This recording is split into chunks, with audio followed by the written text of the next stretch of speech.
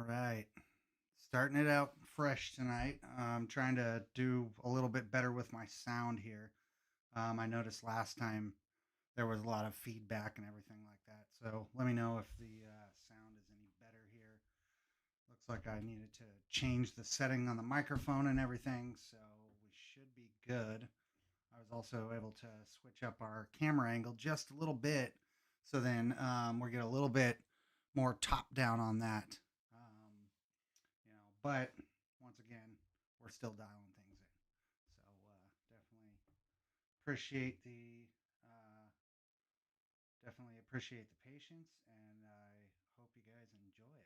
So what we're going to be doing tonight is another Antigrite sphere. It's a 3.5 inch, and we've already got it set up in the machine with the 100 grit uh, polishing pads in there. We'll be going all the way up to 10,000 tonight. And so I think what we're going to do is just get it started. Now, I have been using a little bit extra water on these things lately just to make sure that we're getting as fine polish as possible. But yeah, I found that last week we had a little bit of problem with some scratching. And I think that was due to a little bit of contamination and a little bit too much pressure. So we're just gonna get going on it, and yeah, hopefully the sound's not too bad. So if it is a little loud, just let me know, and we'll adjust it as necessary.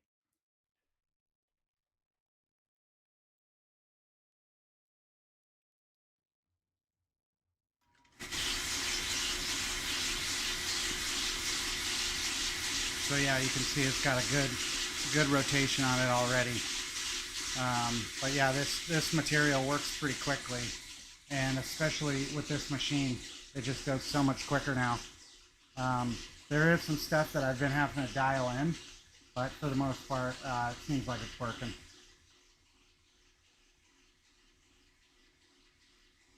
So yeah, other than that, um, hope everybody's had a good week.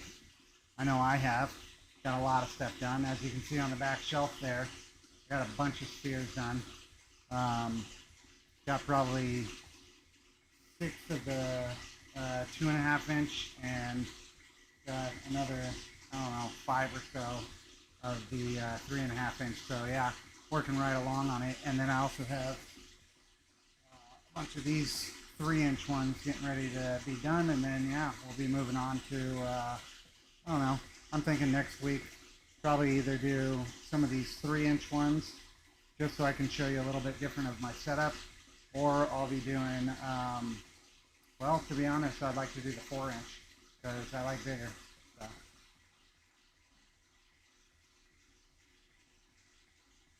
so yeah, hopefully sounds not terrible, but we'll have to get see what we can do. I'm gonna text my buddy real quick and see if he can double check on this.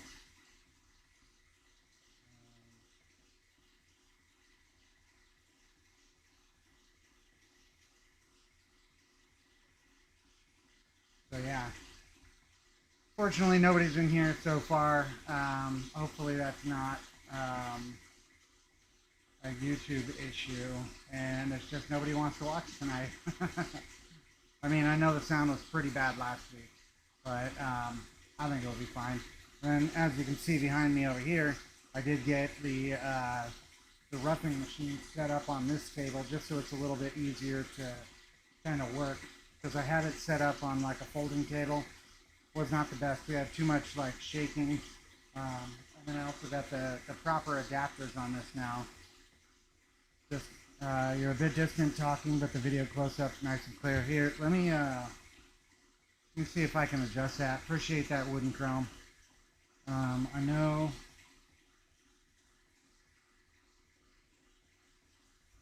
I had to adjust this last time, and it's really difficult to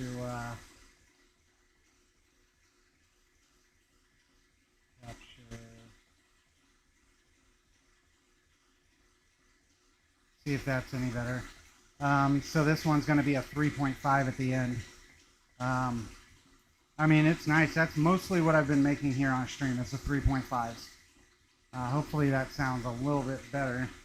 But once again, yeah, just trying to trying to get this all figured out, because you know the problem that I'm having is not only am I trying to catch the voice properly, but I'm also trying to drown out the sound of the machine as well. And so I changed the setting on this thing, and hopefully it's the correct setting, but yeah, we'll just have to see. Definitely appreciate the feedback though. And so yeah, this one's been going pretty well, and I like how we got the drip right over the top of it now, you know, or the camera, so then that way, spot on the video, maybe a bit better. Okay, yeah, let me see.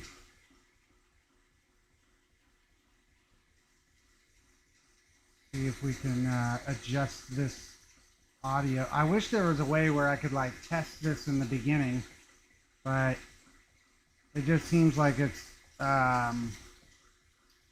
yeah, kind of a pain in the butt, to be honest. So hopefully that's a little bit better.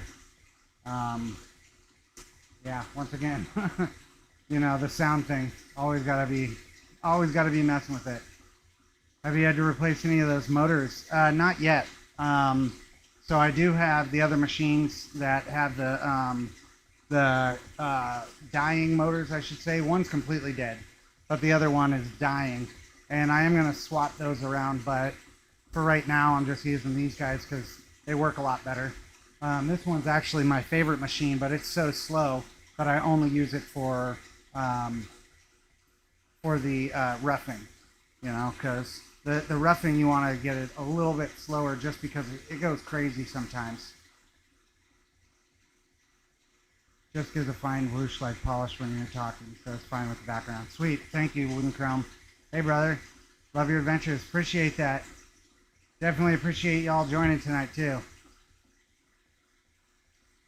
It might be, yeah, I appreciate that, Wooden Chrome. It's definitely a struggle. Hey Rock Dude, good to see you tonight. Hope you're doing well.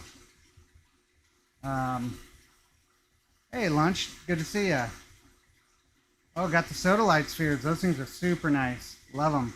Territory Adventures, good to see you tonight. Thanks for joining. Tracy, thanks for joining. Yeah, so this stage right here is a 100 grit, and I usually leave it in for 7 to 10 minutes, and then we'll swap it over to the 200 and so on and so forth. But yeah, right now we just popped this in, and so I'll give it, I don't know, about another 4 minutes, and then we'll swap over the cups. But I did want to tell you guys a little bit about what I've been struggling with on this machine lately.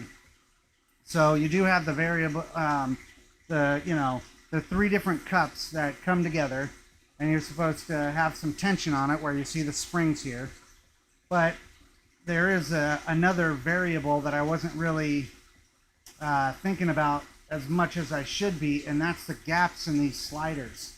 So the motors are on a plank of wood, and they're attached to some door hinges here. You can kind of see them there. And so then that way you can pull and push them a little bit closer to the sphere, right? And the problem is here, though, is these sliders, the piece of wood that they bolted these motors onto, they're variable widths. And so that's where I've been having to throw like little shims in them and stuff like that.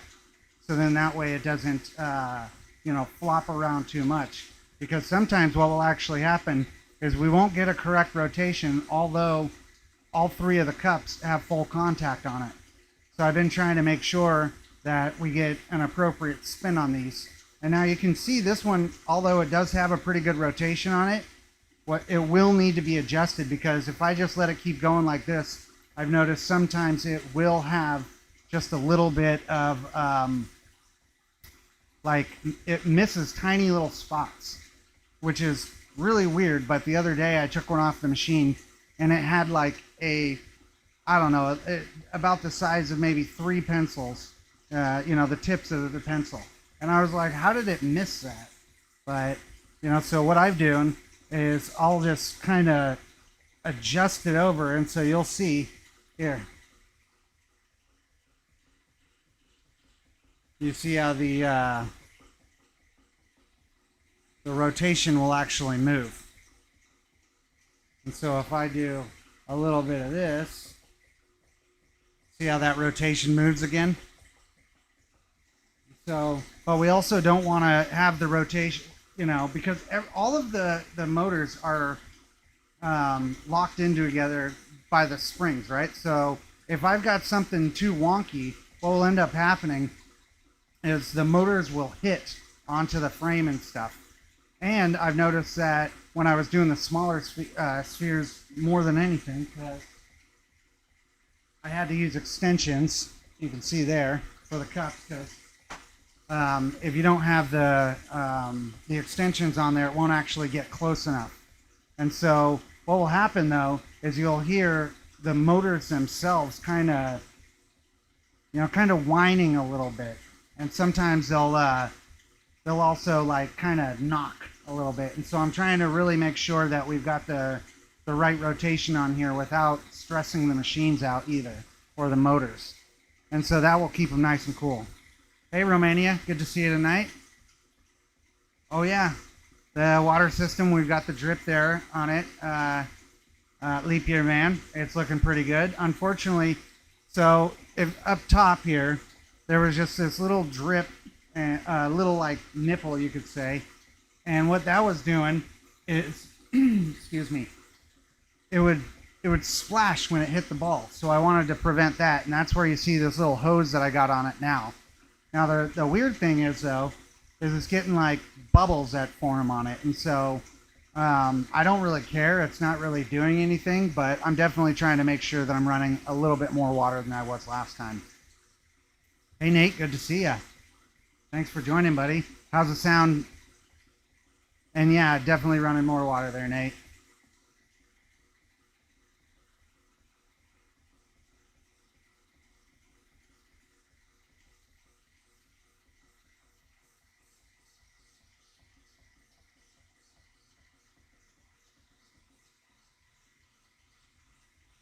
And so yeah, you'll see every once in a while what I'll do is I'll just adjust the motors just a little bit, and you'll see the entire rotation change, which that's pretty much what I want, and it's what the machine should be doing if it were true.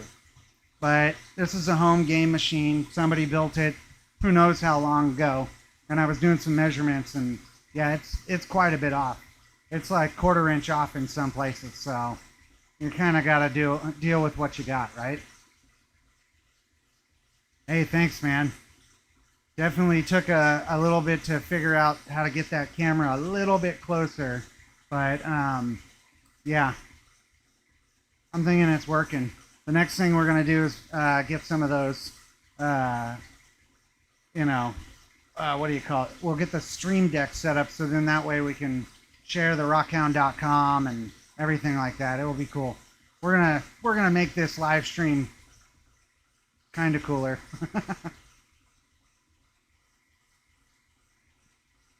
And then yeah, I've been messing with the sound today, so I hope it's a lot better, you guys. I know I keep bringing it up, but last time I replayed the video and I really didn't like how it sounded, so I'm really trying to dial that stuff in. But it looks like we'll give it just about another minute, and then we'll swap that over. Hey Kruger, thanks for joining tonight. I have not done Obsidian in this machine yet, but I will be heading out to the Glass Buttes here sometime this summer to gather a bunch of it.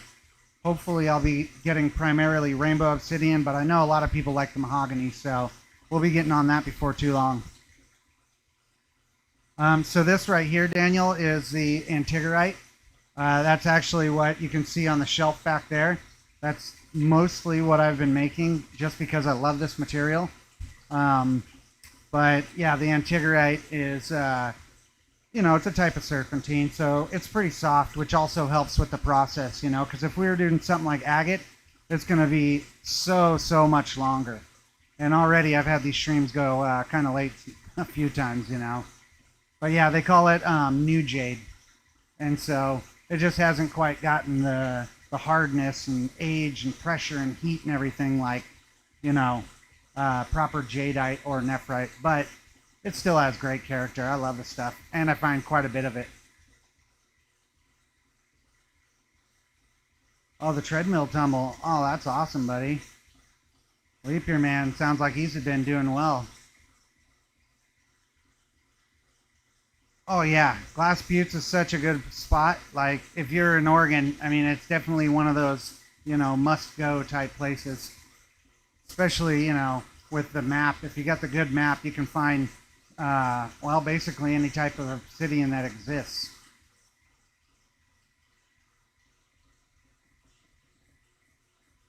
So you see right there how I just kind of adjusted that,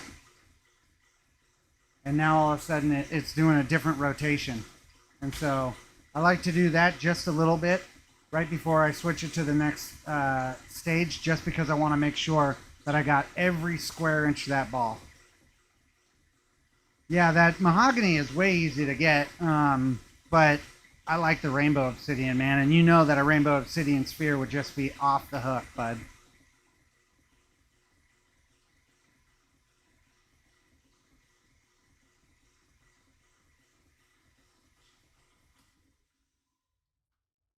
Oh man, definitely appreciate that. I'm glad you enjoyed the video.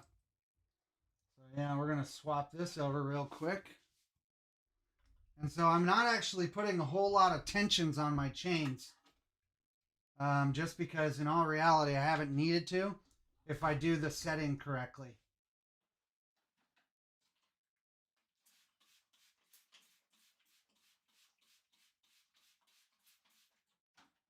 But as you can see, it's well, maybe we'll try this.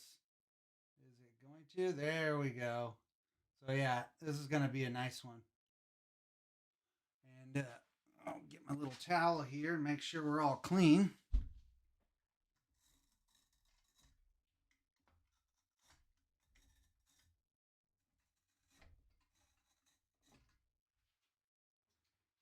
And then tonight,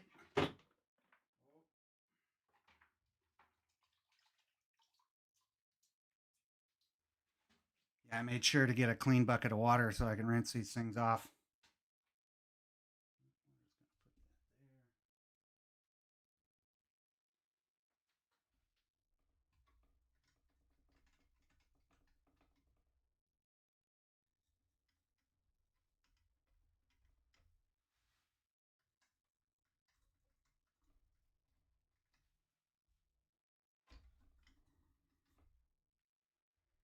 So, and I'm pretty sure you can see. So it's basically I keep these two stationary, and then that way they're touching just as much as I want to, and then I just push this one into it because now I don't have to have much pressure. I know that everything's actually touching, and then that way I don't have to have a whole lot of tension on my chains either, just a little bit. Because that's also one of the things I was struggling with last time is that the motors would, I had too much pressure on the sphere, and so the motors were kind of struggling to get started. Get this guy, juice this up a little bit, and voila. So you see, this time I actually got it set up a whole lot better.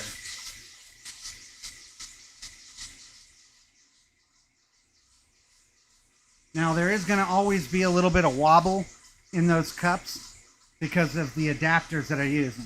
And as you can see, like right over here, actually it's probably, what, this one? Yeah. So that's not a proper adapter. It's just some kind of funky threaded, I don't know, coupling type thing that the guy made. They're working for what we're doing though. So it works. Hey Tracy, good to see you. Appreciate you joining tonight.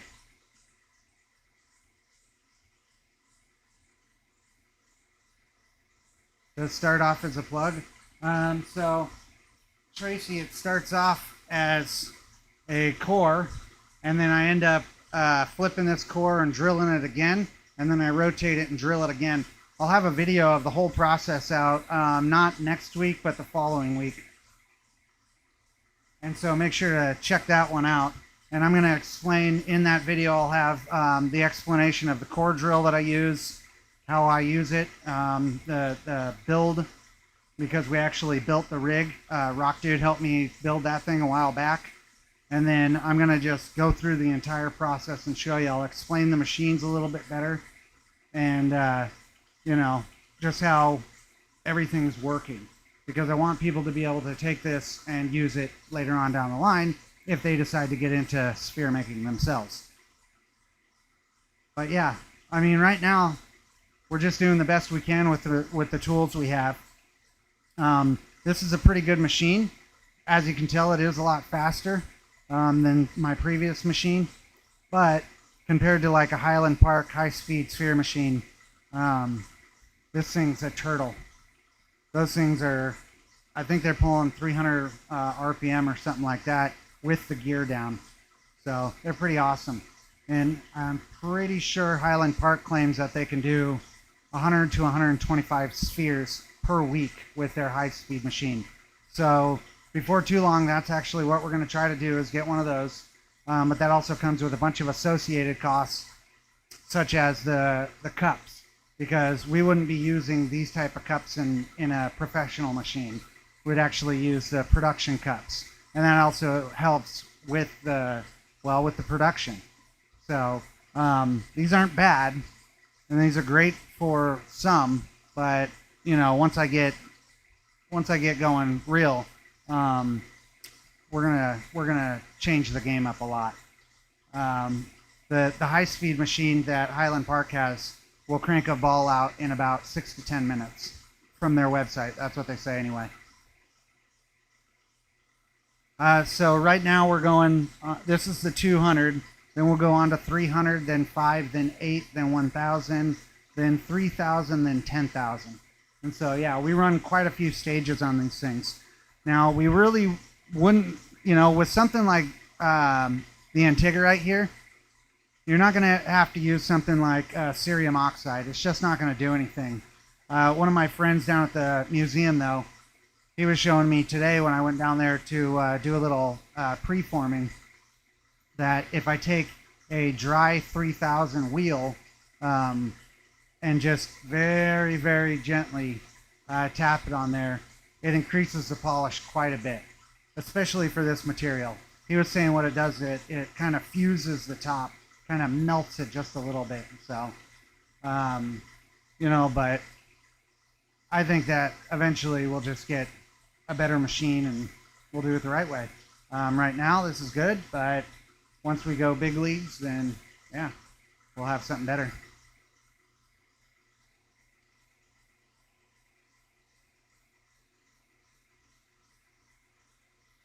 Absolutely, Tracy. Hey, Rock Betty. Good to see you tonight. I hope you're doing well. I hope you like the new camera angle, and I know it's kind of funky to have a microphone like right in the middle of the camera and everything, but I'm trying to just make it sound better so it wasn't so bad like last time, you know. Especially with that echoey thing that was going on. I don't know what that was. It was probably the cameras picking up, you know, the sound, because they're supposed to have like little speakers in them or something like that, or little microphones rather. Yeah, I mean, I like how we get the little drip right there. You know, you get to see it from the bird's eye. Wanted to make it down to the museum today, but my Jeep is still broke. Oh man, it sounds like a Subaru. I actually, you know what, Oregon? I ended up going down there because I was like, well, he's going to be down there. And I remember somebody last week saying that they would swing in as well. So I decided, I was like, okay, well, I got a couple that I want to get prepped up anyway. But I was only down there for about 45 minutes, to be honest, just because I wanted to really dial in, you know, the program that we use to do all this streaming. Last week there was just too many issues, and I did not want to go through that again. Kind of made me feel bad, you know. But I don't know if you guys saw the Facebook post that I did this morning, but I was cutting this. So this one right here, it looks just you know, it just looks black, right? But this is actually the same material. This is a little bit heavier on the bowenite because the antigerite has two different types of material that are in that subgroup there. You have bowenite and williamsite, and this one's a little bit heavier on the bowenite, where this one you can see it's a clear combination. Those milkier spots there, that's the williamsite there. And everything else is basically bowenite. But yeah, so I had this one in the machine last night because like I had a little bit of scratches or more like scuffs that I was trying to get out of it. And like I couldn't see because it's so dark, right? I couldn't see the actual rotation of it. So I put my headlamp on and I was watching the rotation, and then all of a sudden I kept seeing this blue flash. I was like, what is going on there? And so, you know, I got real close to it and turned up my light as bright as I could. And sure enough, there is something flashing blue in this. And it's not a small amount of it either. But it's almost like that. I wouldn't necessarily say the Labradorite, but that kind of blue. It's more like speckly, almost kind of like rainbow obsidian. How you can see almost like gas bubbles trapped in there. But I don't think it's gas. I'm not sure. Now, Nate, his wife is a geologist, and she said she's looking into it. So they think probably copper, but it could be iron or something like that. I just thought, wow, that's crazy. I've never seen it like that. And I've been working a lot of this material for, I don't know, probably 5-6 years now.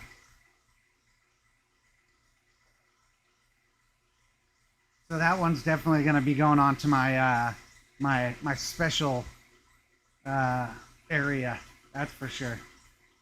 There's only so many of them that I keep. Everything else I'm willing to part with, you know.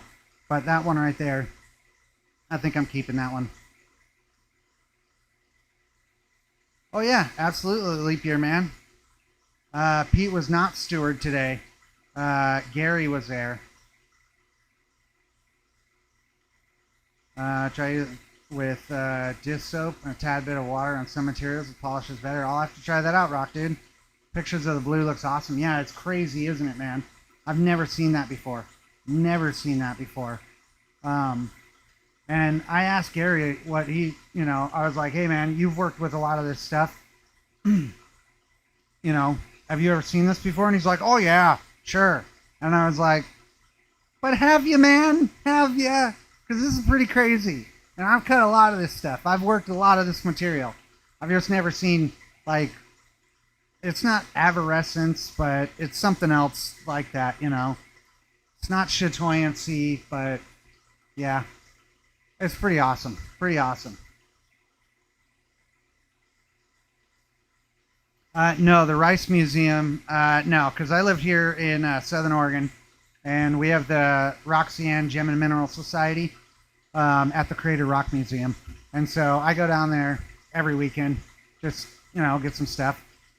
Oh, yeah, I've got a bunch of them for sale right now. In fact, what we're going to probably be doing is putting on, I don't have a website or anything, so we're going to probably be using Nate's website, rockhound.com. We're going to say, it's like, you can see the, oh, come on, Nate, you didn't, well, I guess you can kind of see, but anyway, it's rckhnd.com, and yeah, we're going to get some of those up here on their website here before too long, and then mostly it's going to be this antigerite, so pretty much everything that you've seen over the, you know, the course of the last few months that I've been doing on these live streams will be up on that website. So definitely worth checking out. And then this guy right here, of course, it will be up there. Oh yeah, absolutely. Well, I definitely appreciate it, Leap Year Man. And I'm sure rockhound.com would definitely appreciate the visit as well. They've got a lot of cool stuff there. They're also an Estwing certified dealer. But one of the things that is worth checking out is you see my agate sign back there. He actually makes those. And you can get them in a bunch of different things. So, I mean, if you wanted to say Obsidian Lane or something, you could also get that. But one of these things are pretty cool. the rock counting permit. And so, I don't know. I thought it was pretty wicked. I still just need to find a good spot to put it. I figured the Agate Road sign, though, worked pretty good. I like it right there. Plus, there's a hole there. And so it's like, ah, yes, perfect. It'll cover up the hole and look cool to the shop. Hey, Zipadelli. Good to see you tonight. One of the coolest rock museums I have to go to. Yep. Oh, yeah, man. It's super cool. Oh, yeah. And there you guys know. Use code ROGUE, and he'll make sure you get a discount on that one. Order a bunch more blanks. Oh, yeah. The street sign blanks. That's awesome, Nate. I really do think those ones are going to be awesome. And I'm definitely going to want one for the mining claim. You know, because Sunstone mining season is coming up here real soon, and so we're gonna have something, put it out on there. It's pretty awesome. And so yeah, like I was saying before, I'm doing these each stage for about 7 to 10 minutes. Now I've been kind of playing with that playing around with that a little bit more lately, just because I've been spending so much time in the shop. And so what I'm trying to do is figure out what the optimal time is for this material per stage. And so I know that there's going to be, a difference when I'm working with harder materials, softer materials, which I don't know if there's much softer than this stuff.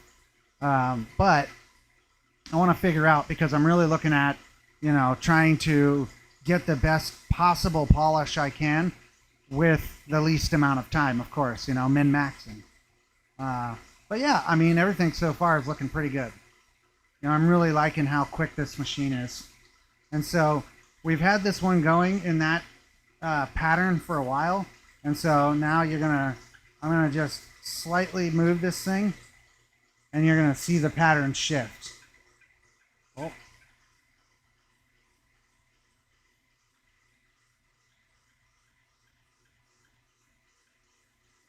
We'll try this one.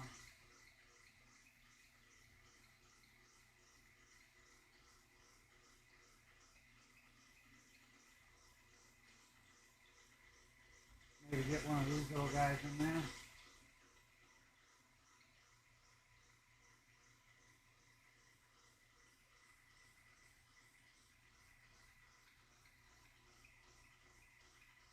Oh yeah, you can hear that motor. That motor definitely does not like that.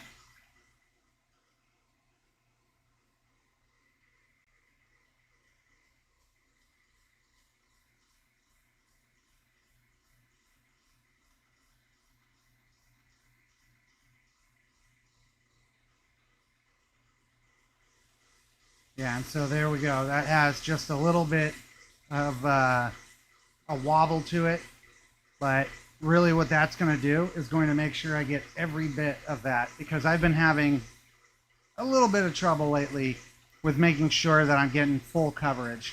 Even though it looks like I have a really good rotation, for some reason I'll pull it off, I'll inspect it, and it's like this tiny, tiny little pinhole, that didn't actually get polished. It's like, what's going on here?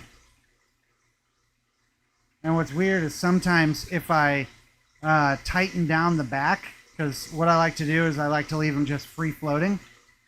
Sometimes if I tighten down the back, that will do just a little bit of adjustment too.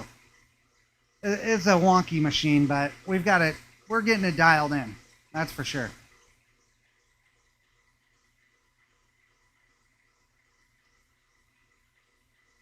And actually, what's funny is the little drip straw that I have there, like, it took me longer than I'd like to admit to get that thing straight. I kept heating it up and everything, and I'd like bend it, and then as soon as it would get cold in the shop here, it would curl back over into like, the shape that it came into when you get them from the store or whatever. I was like, what is going on here? Stupid little straw. And then I had to poke a hole in the top because it would get it just wouldn't work. It would have these big bubbles, and you can see already the bubbles forming, but whatever. Hey, Debbie, good to see you. Thanks for joining tonight. Blue Yeti microphone, yes. You know what's weird is sometimes I've had it in the past where the sound won't work very well with this microphone, and if you unplug it and plug it back in, everything gets fixed. It's the weirdest thing. It would just be really nice if I could like do a little test before I started the stream, because lately when they do this update, it just screwed me over, and like I had to redo all the cameras and everything. And then of course the sound was all wonky too, and so that's why I've got this microphone here on my air filter tonight. Just trying to get it to where we're not getting so much sound from the machine and you can hear me a little bit better. I did actually. Thanks, Debbie. I'll be getting back to you here soon on that one. I've just been swamped out here in the shop. I think I got 8 balls done this week. Most of them were the 2.5 inch, but there was a bunch of stuff that I had to do to figure it out because we needed some extensions on here, and yeah, there was just some issues. And so I also got new springs. I don't know if you guys noticed that one, but it should be working perfect now.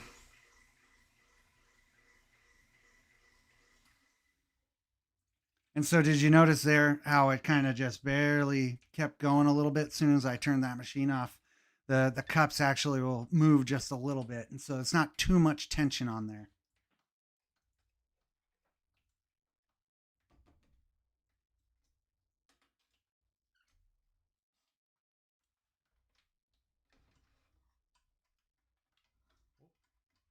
But yeah, you can see. Oh, come on. Yeah. It's a pretty nice one.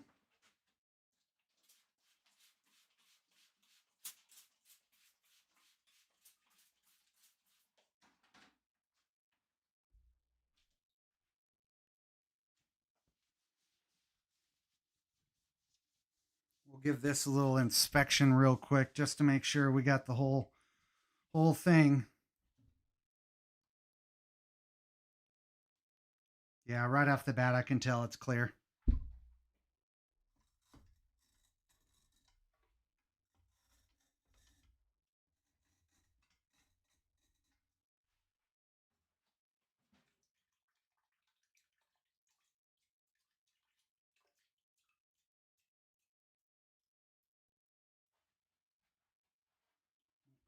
Put that guy there. All right, so we're doing the 300 now.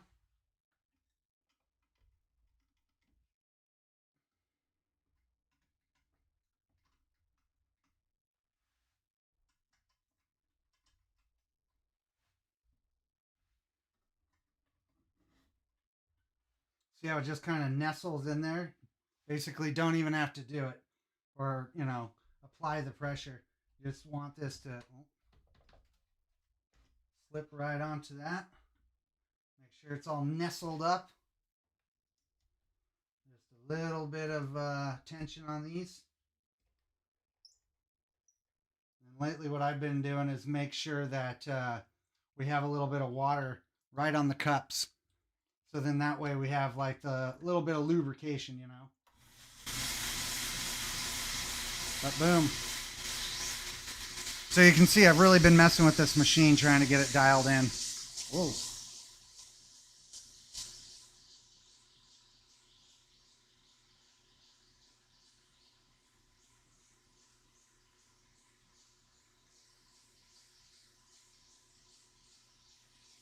You can really hear it cutting right now. It's making this kind of hissing sound. I was like, oh wait, oh yes, that's definitely the pads.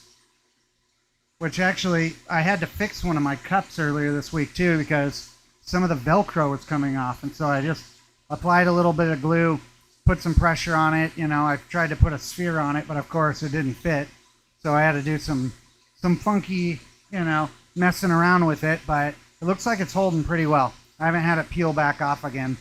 And I was also looking at getting some more of these cups, but man, they're expensive for the set that I want, because these are 3-inch cups, and I was gonna get some 4-inch ones. I think they wanted like $380 or something like that for the set. I was like, why so expensive? But it's just a one-man show up there in Eugene, so like, yeah, bro, we'll just make them instead. I don't want to have to spend all that. Hey, Rock Lady, good to see you tonight.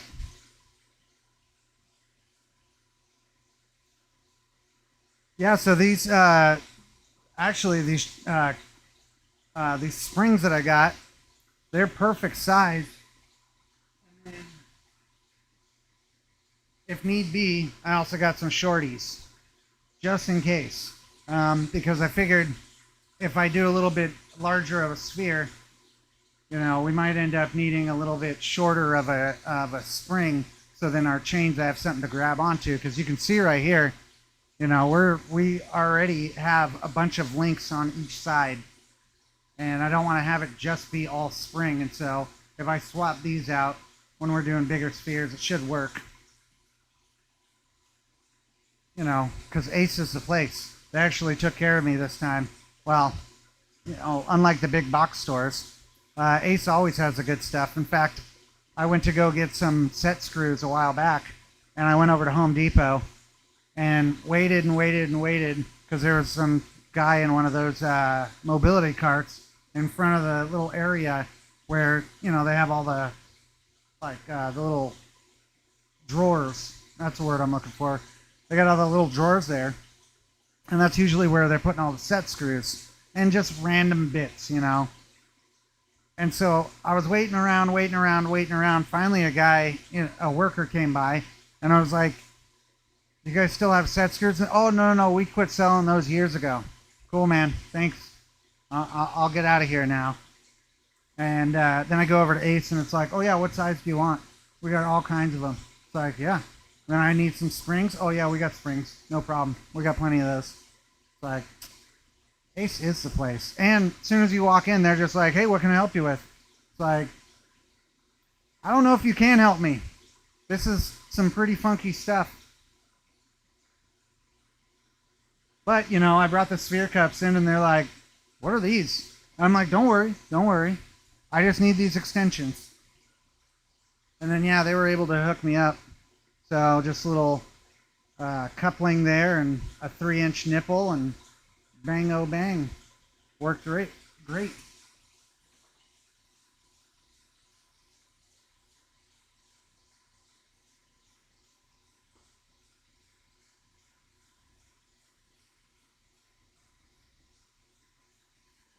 Oh, yeah. Put a little water in this.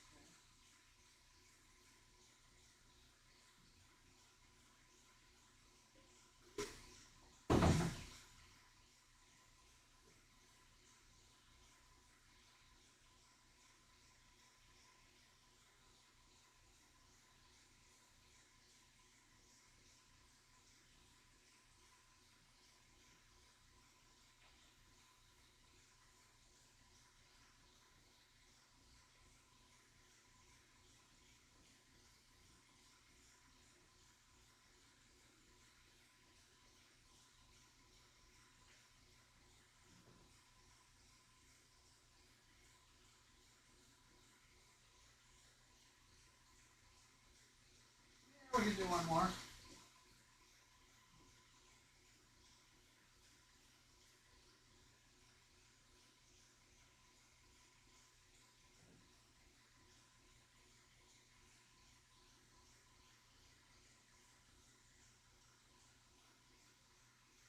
There we go.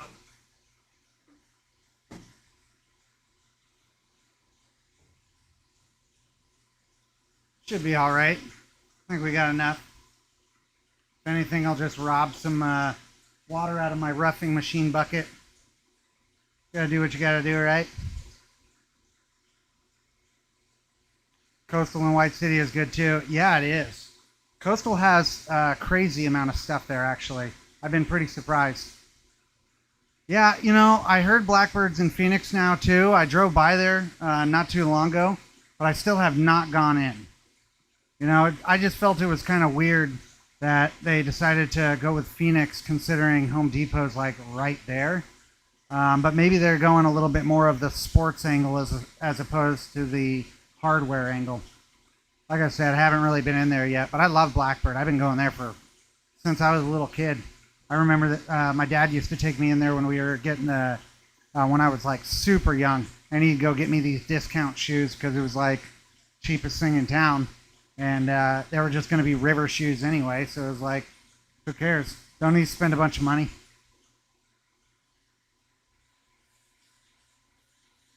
Yeah, you see how that rotation just changed?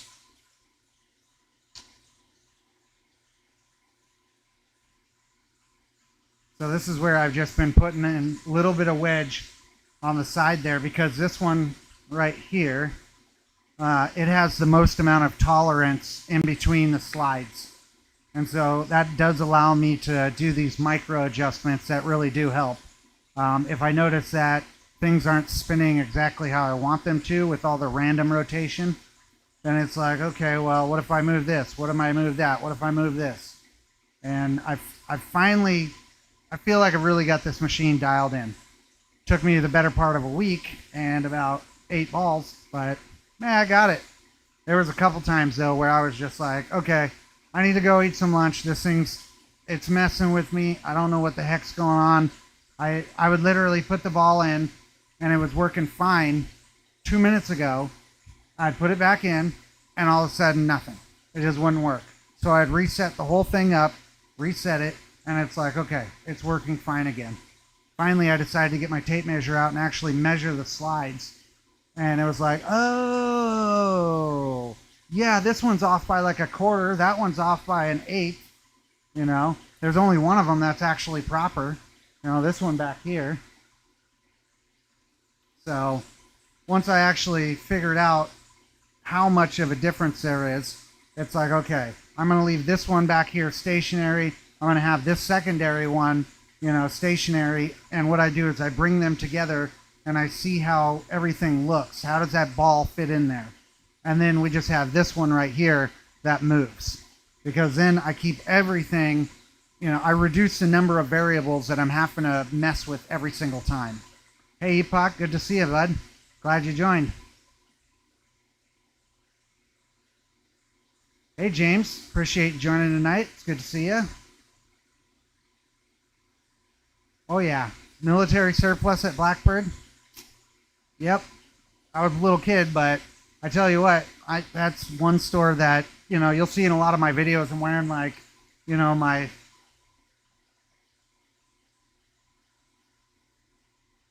hooded beanie, or I mean my build beanie. I went to the military surplus store one day and they had stacks of these things for like $2. So I just bought as many as they had. I was like, no, I'll take them all. And I get up to the register and the guy's like, what do you want all these hats for, bro? I'm like, don't ask questions, man. Just ring me up. Anytime I go to that surplus store and I see a good deal, like the neck gaiters, 100% wool neck gaiters, they'll have them for like $1 because it's like, you know, going into summertime and they just want to get rid of them. And so it's like, yep, how many, what, there's 10 in the stack here, $10, I'll take them all. You know, because ultimately what ends up happening is I give them away, you know, especially you go into like Zinc Creek or something, super cold. And it's like, oh yeah, there's going to be a bunch of us. Hey guys, here, take one of these things. This will keep you good, you know, because you can put it up over your head like this and then put your beanie over that.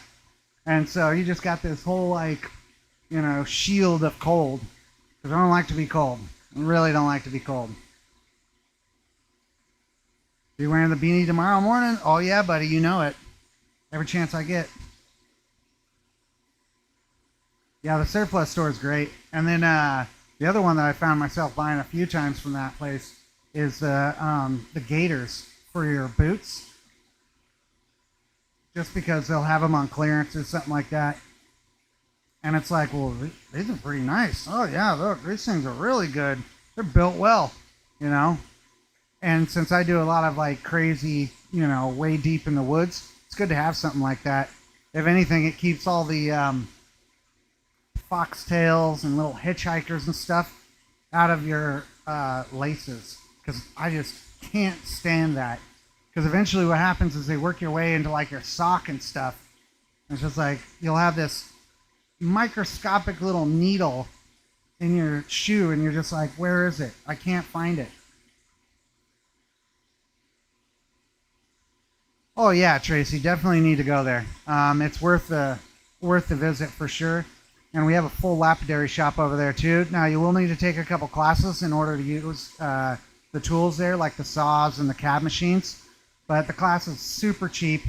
In fact, I want to say the membership to the museum is like $35 a year.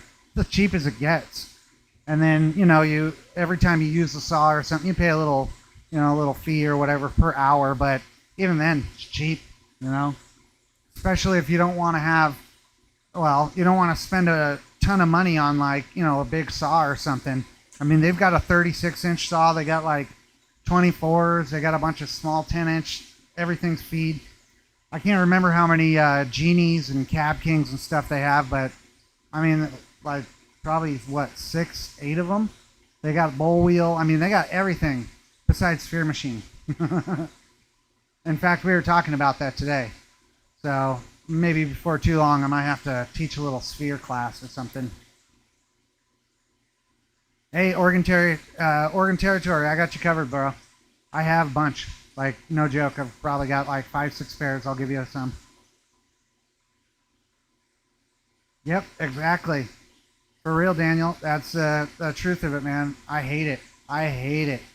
And so having the gator go up over your ears and then have the beanie going over that is good, especially if you got like a little bit of headphones in or something like that in a cold morning, you're working outside. Supreme. Because I mean, you get those earbuds sometimes and they're like, for some reason, like you pop your ears or something, or you're talking and all of a sudden one earbud starts falling out and you constantly have to put them back in your ears. It's so annoying.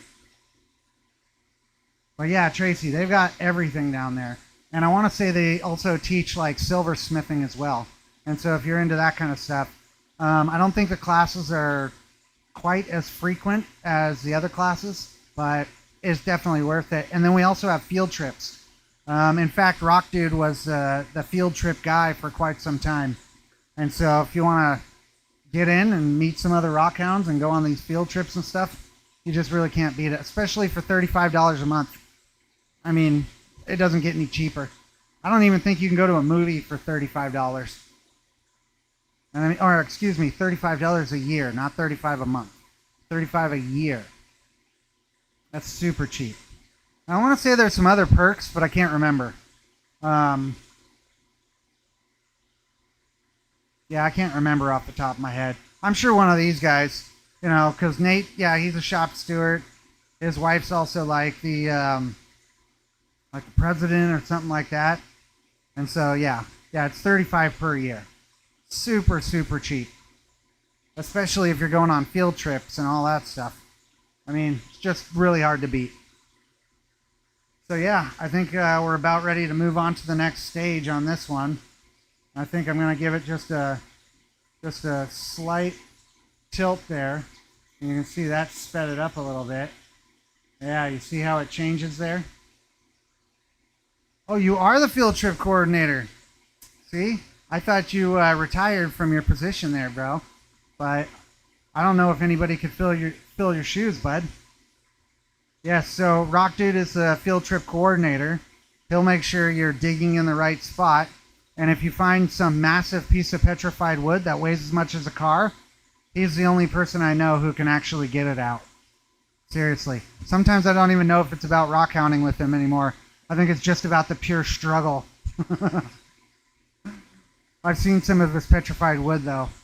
Whew, this guy knows what's up. He's a beast. In fact, I have him in my phone as the Machine Rock Hounder. He's a good guy. Type of stone am I working on, James? Right now, this is Antigerite. So it's a type of serpentine. Sometimes they'll call it gem serpentine or imperial serpentine, but it's got, so you'll see how there's like kind of a milky spot there. That's actually a different type of the Antigerite. So there's two types of Antigerite, Williamsite and Bowenite, and this is a blend between both of them. It's pretty much my favorite material to work, just because it will take a really nice polish, but it's also only like a 5, on hardness.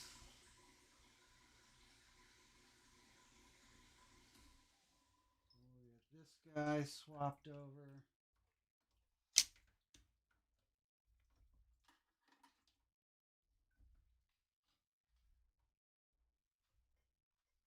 Yeah, and you can feel those motors are just cool as it gets. No stress on them. So here we'll give you a little glimpse of that stuff. Now you can see the scratches in there right now. That's because it's just filled up with slurry.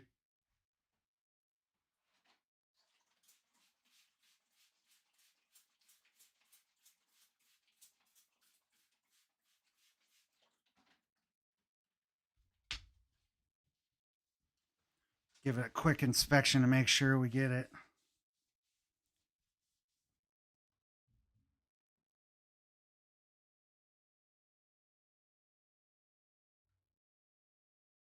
Looking good.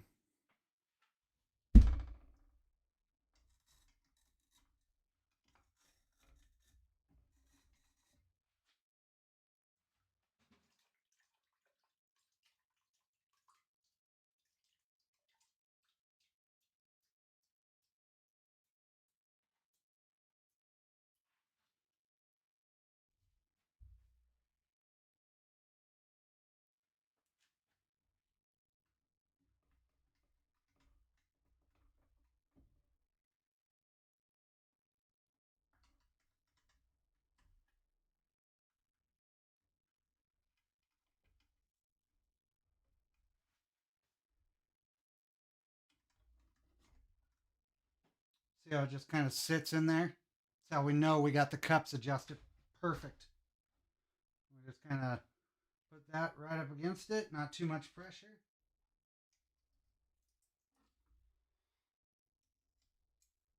A little drip drip.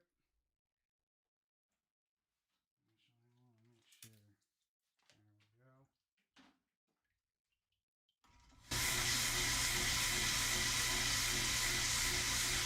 Yeah, so you can see there every time now. It's just super easy. And now I can put just like slight adjustments there and you'll see it. It'll change the rotation of the ball. But right now we'll just let it go like this for a little bit.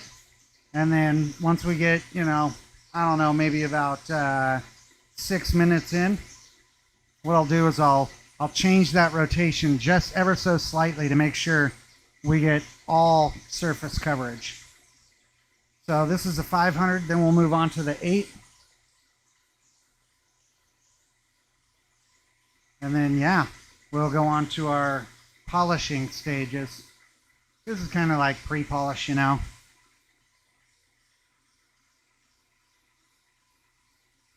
you what, though. I should show you guys that one that I just did earlier this week.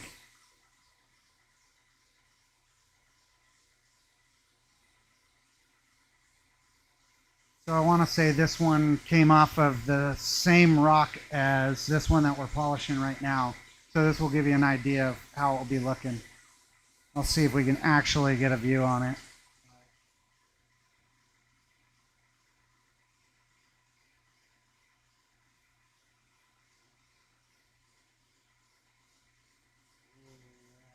In there. Oh, I really have a hard time trying to show this. So let me get like that patch right there. But yeah, I mean, oh come on. There we go. Had the camera a little confused there for a second. Yeah, these are all 3.5 inch. And so I'm getting, let's see, I think I got like maybe 7 more of the 3.5 inch preforms. Then I'll be bumping up to the 4 inch, and hopefully Highland Park will have my cups in by then. So I can start doing my 4.5 and 5 inch spheres. But yeah, we're really trying to, increase our production around here, especially since the big Gem and Mineral show is coming up in March. So we only have, like 6 weeks or something left, 5 weeks. And so we want to make sure that there's plenty of stuff there because Nate will have a massive table there. So yeah, this one right here, Nate, that's the 500 grit. Yeah, that's 5.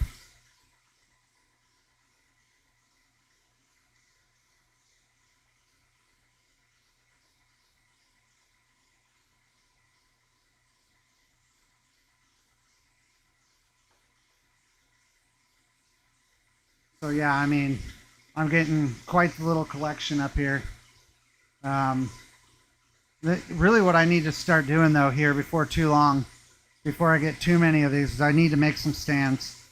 I'm thinking that I'll probably go out and see about getting like either some madrone or manzanita or something like that. Maybe I might have to take a trip over to the coast and find like some really nice driftwood or something like that. But we'll have to see. It's just I'd really like to have it to where it's a set when it's sold. You know, instead of those cheesy little plastic rings that they have. Even worse, the things that I got them on right now.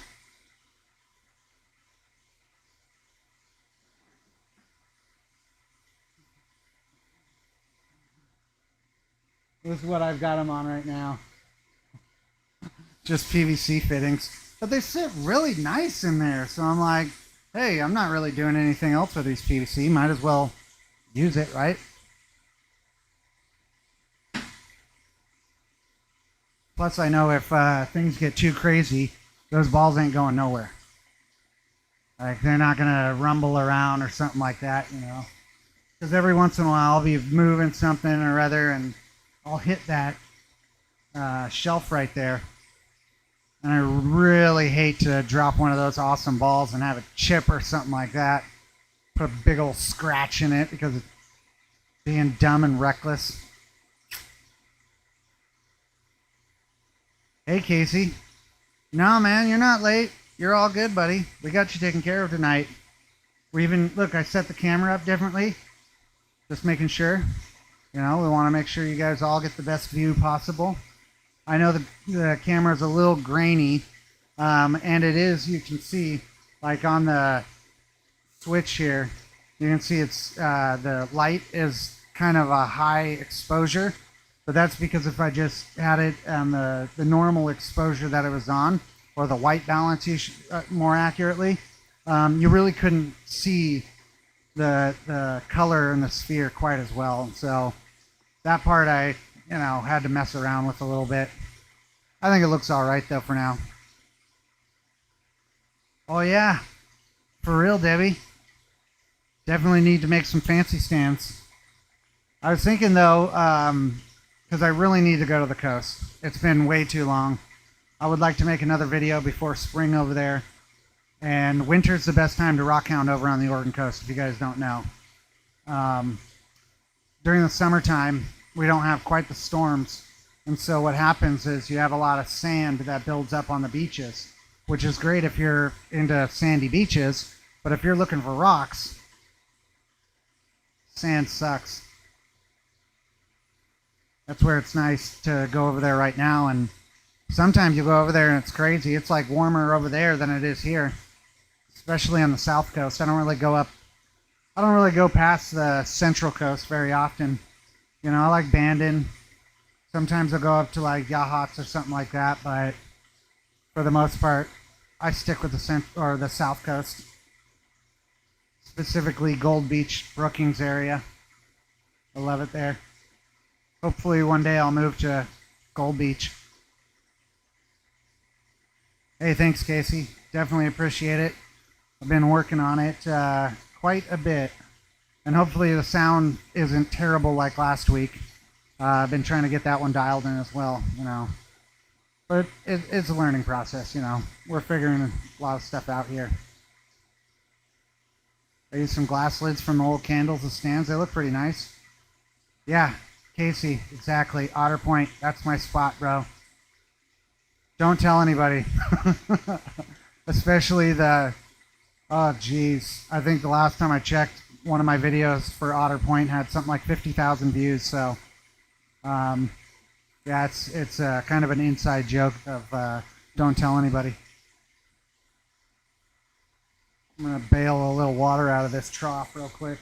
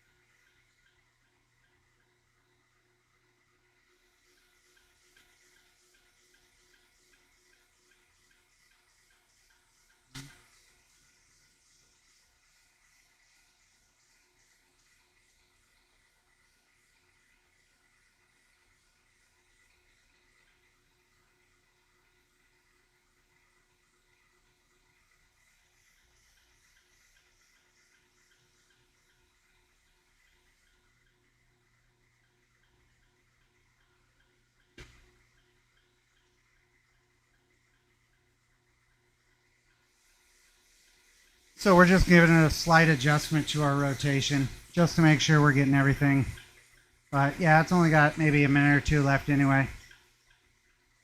Candy dishes. Hey, that would be an interesting one. Yeah, I definitely check the thrift stores quite frequently. Lately, I haven't really been able to, but I've noticed that like right after Christmas time, you can find some crazy good stuff at thrift stores. Where the Pistol River comes out. Oh yeah, okay. I'll have to check that out. Cut glass containers. Yeah, that would be sweet.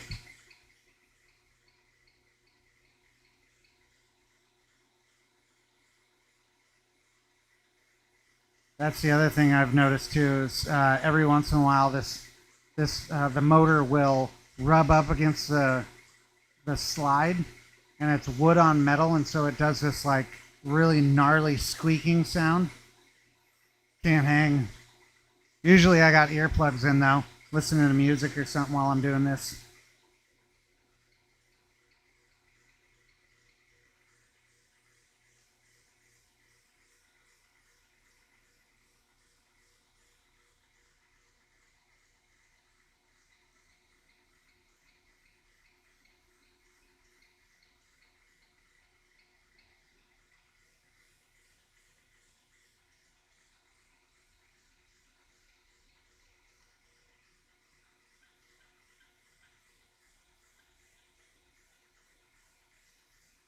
All right, I think we're about ready.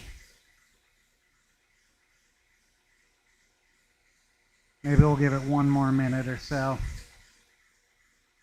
since we're getting a little bit closer to those polishing stage. And the other thing I like to do, I know it's kind of hard to see from what I look at, but you can kind of see it at the top of the cups here. In fact, this one's a little bit better. See how it's got that milky buildup? There you go. I'm also watching that because as we get up into the higher grits, it's not really cutting. It's just getting rid of the deeper cuts from last time. And so you'll actually notice that when you get up higher, specifically in the 1,000, 3,000, and 10,000, you see almost nothing. And I did hear an old timer on a video say a while back that, yeah, you're supposed to watch until that, or you're supposed to let it go until there's no more color in the water. But I don't know what he was talking about. I could let this go for an hour and it's still going to have color in there.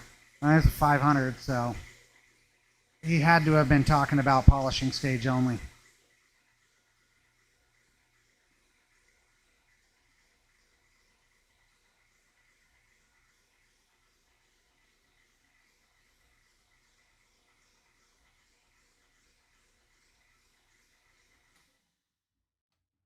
Yeah, there we go. Conserve our water here.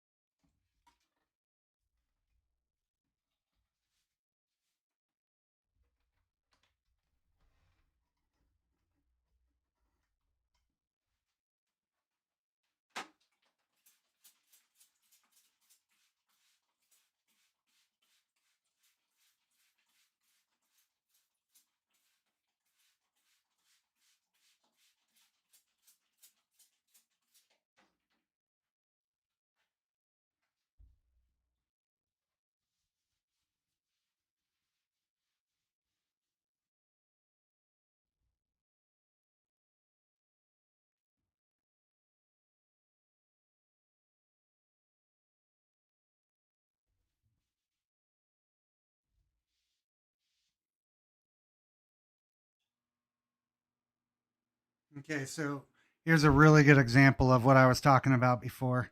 You can just kind of barely see. I'll show you here. So you see right there how everything else around it is smooth, but for some reason, that little spot right there is getting missed. So we're going to throw it back in here for just a minute. Should cover it.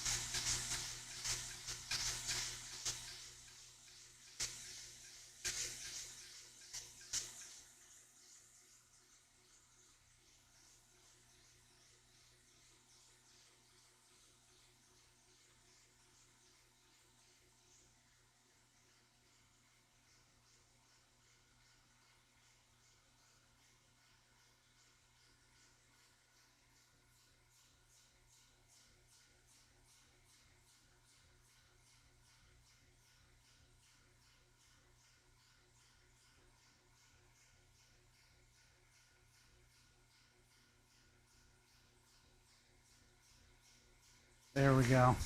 Looks like a pretty good rotation. We need to fill up this other bottle real quick though.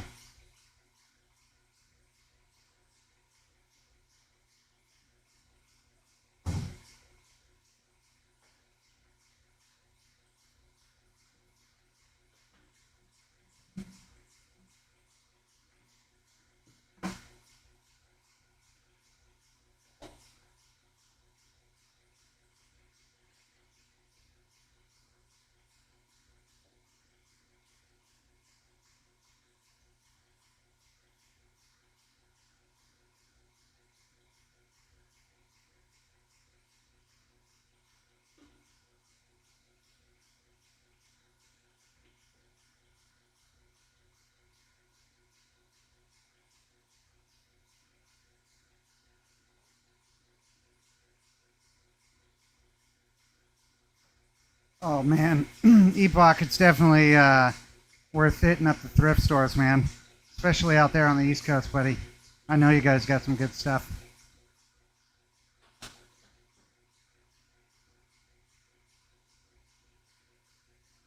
So yeah, it's probably not going to take too much longer. I mean, it already looked pretty good. I just want to make sure that we're getting that one spot. It's kind of funky, but this is actually what I've been dealing with pretty much all week. I don't know why it's doing it, because our rotation looks great. And that's also why I've been switching our rotation up, at the very end, just to give us like a couple minutes of a different rotation to make sure that anything that we should or that could have been missed is then covered over. But sometimes you miss it. Fortunately, it was good to miss it this time, because now I can actually show you what it looks like. I mean, it's kind of weird, but you can see when I adjust this just a little bit. So if I take out this, if I take out my shim, it will adjust the rotation again. And so we'll end up pulling the shim right before we finish this up. So we'll give it like 2 more minutes on this one. We'll pull the shim, give it about a minute. That should cover it completely. What's weird though is like the smaller balls, because you have like such a funky rotation. Like this seems consistent, and it's what we should be seeing. You get kind of that serpentine type look, where it's kind of going like this, but it's still going forward. So you get full coverage for the most part. The smaller balls, man, they would do this weird thing where it'd like spin like horizontally, and it's like, well, that doesn't even make sense. Like, what is going on here? And then I'd put like a shim in, and then all of a sudden it would spin just like that, and you're like, geez, all right. But as you can see, like, it goes pretty quick once you actually have it, dialed in. Now, fiddling about with the machine is really what takes the time. So that's where I just spent basically all week trying to get this thing dialed in, figured out, so then when I want to produce, we actually know what's going to happen. We have that consistency. It's like I was telling Epoch the other night. Hey, Ron, good to see you. Thanks for joining tonight, buddy. When you're doing something like this or anything, because he's doing the gemstone faceting, you have a million different variables that you're working with here to try to get to your end product. And so anytime you can either eliminate or minimize a variable, you need to take that, and do it, because now you only have to think of 1,000 things instead of 1,000,000 things. Now, fortunately, I've been doing this, this machine now for a good amount of time, hour-wise, and so I've been able to figure out like the little quirks and everything. That's also why I wanted to do the smaller spheres, because I really wanted to see like what is the difference here, because I knew that there was going to be some kind of a difference in what was going on just because we're having the extensions on there. Now, once I get to my bigger cups, and we start doing like 5, 6 inch spheres on this one. That's a hard one to say, 6 inch sphere.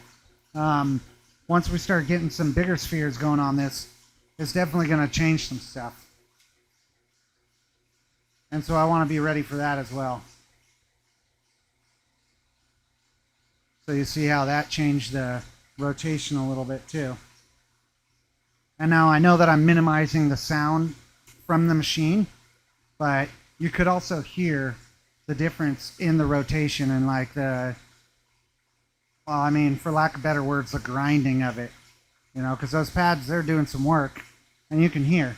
But you see right here too, how we're not getting near that slurry buildup. It's not clear or nearly as white or gray anymore. And so guaranteed it's just about done. So we're going to give it like one more minute or so and yeah, we'll swap it on over. Yeah, it's not bad at all.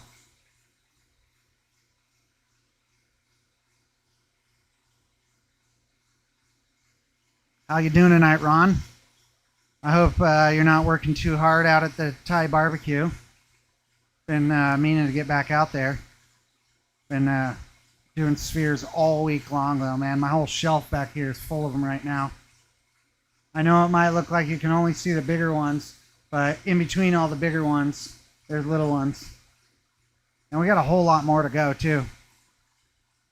I've got a bunch of these 3-inchers right here that I've got prepped up for, well, I'm going to get them in the roughing cups tomorrow because I'm pretty much done with everything else. And then from there, once I get these 3 done, then I'm going to be moving on to some bigger stuff. Like I've got a whole bucket full of them right now that just need to have the edges ground down. Then yeah, we'll be ready to rock and roll.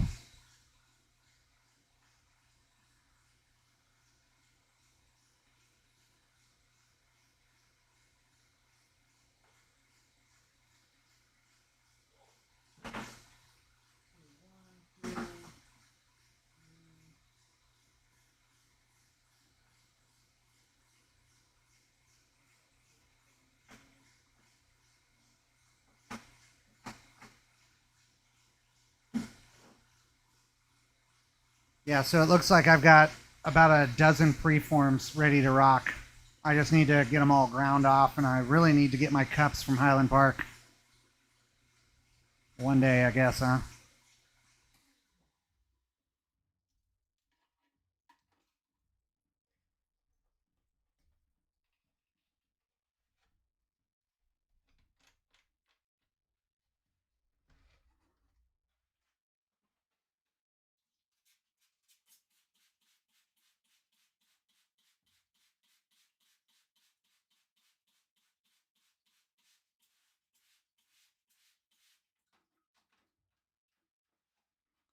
And I do have a great video for you guys coming up this week.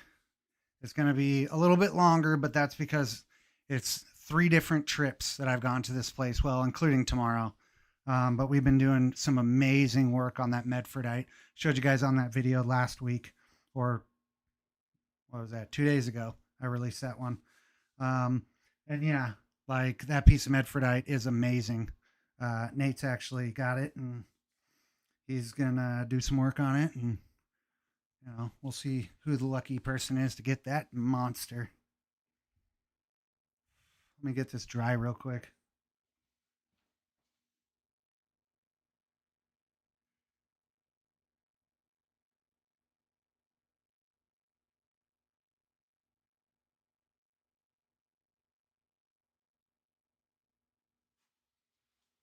It's a nice thing about having the heater on. Yeah, looks like we got that. Just that one little spot too. It's weird, but that's part of having the home build machine. What is really cool on this is it looks like it's got kind of a chromite lightning bolt. I'll see if I can show you guys. See that right there? That's pretty wicked, and it's going to have a nice metallic finish on it.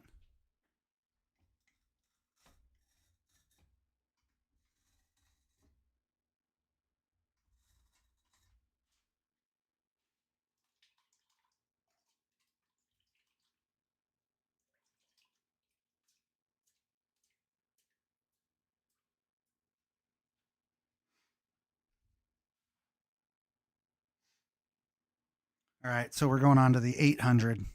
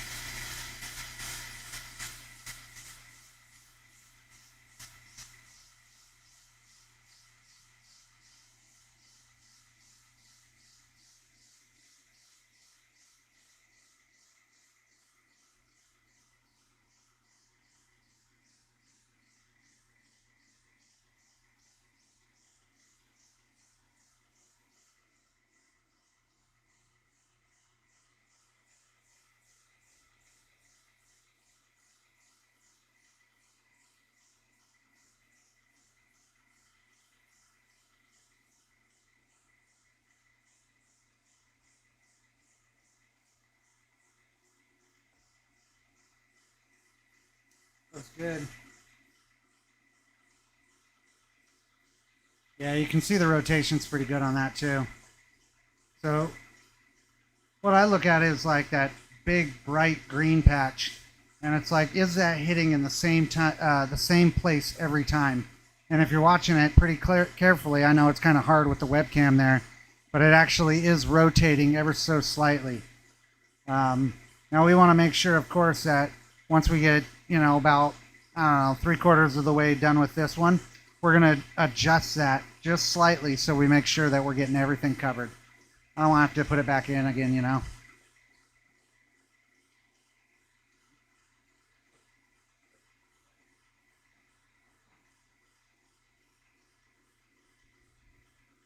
It's good to hear, Ron. Glad you're doing well, buddy. Definitely need to get some of that Thai chicken off you, bro. For sure, Debbie. I'll make sure I get to you ASAP. We'll have to make sure to take care of you. Going to look for Jasper deposits tomorrow in Brookings. Ooh, that should be fun, buddy. Hopefully you find something nice.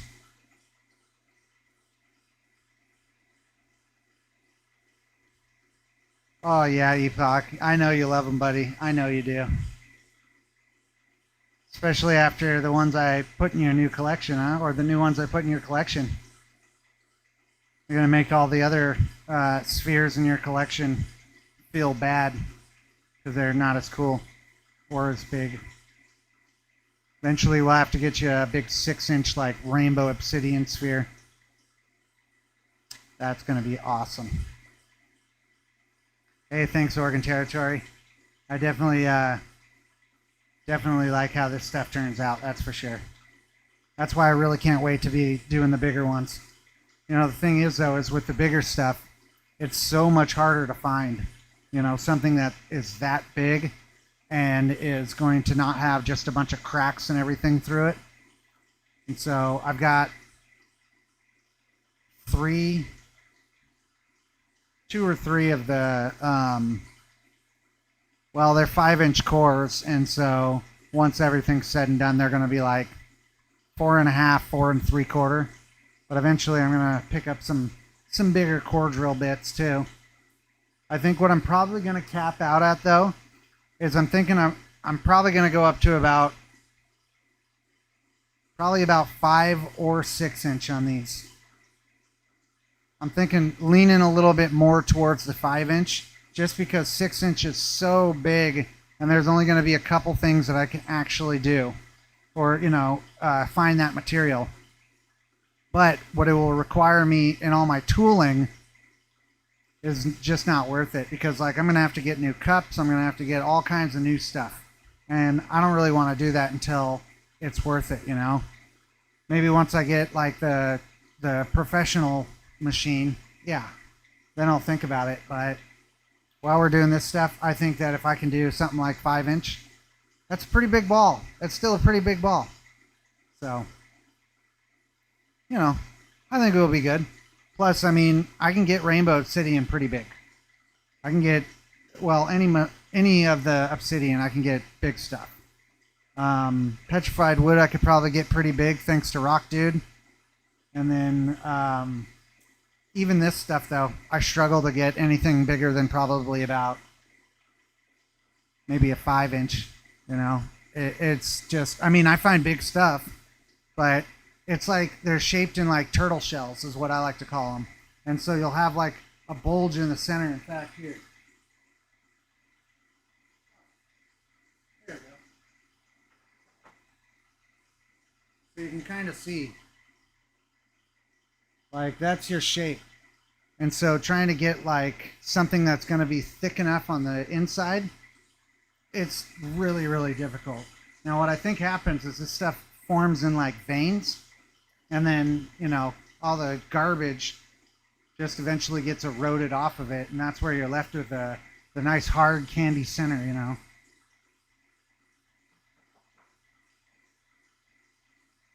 That material right there is spectacular. I wish I could make spheres out of that stuff, but it just, it's too thin. And so I think what I'm going to probably end up doing is just slabbing the hell out of it and making sure that I, you know, do something awesome with it. But I mean, that is like the premium stuff. In fact, that will probably, more than likely, it's probably going on the shelf, to be honest. Because when I find stuff like that, I don't sell it. It's too good.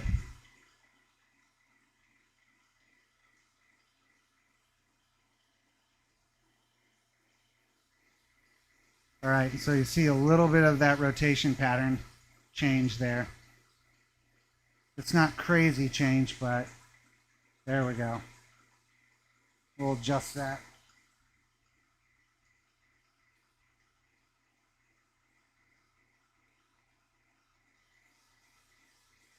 Thank God for those shims, huh?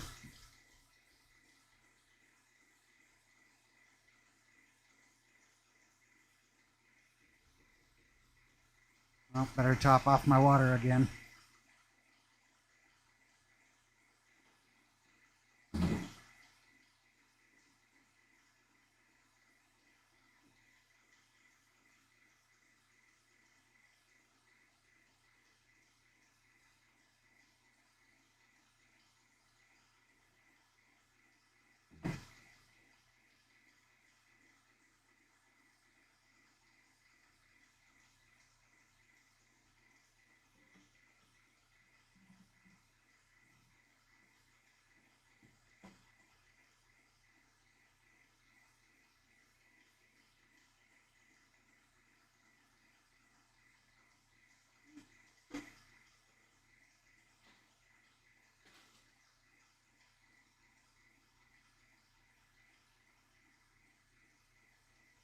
All right, we'll give it like one more minute. But I can tell, yeah, this one's going to be just like its brother over there. It's looking good.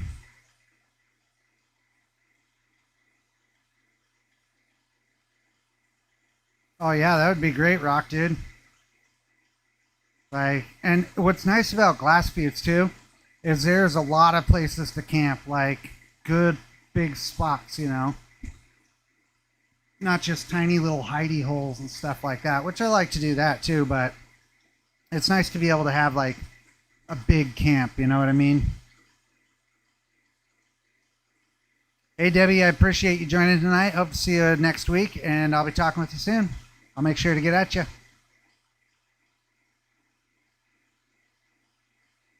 Oregon Territory, you out of here, buddy?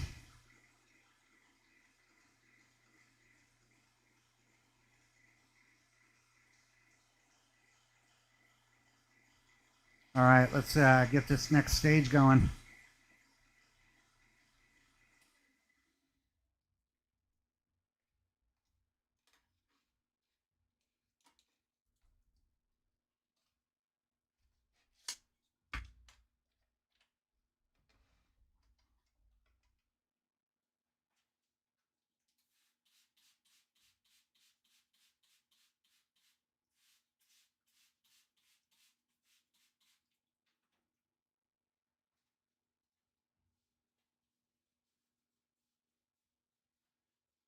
Oh, well, that was kind of you, bro. I didn't want you to leave.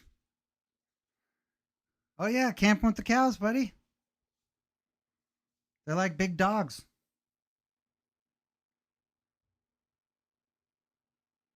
Yeah, so you can see this one's already coming along really nice.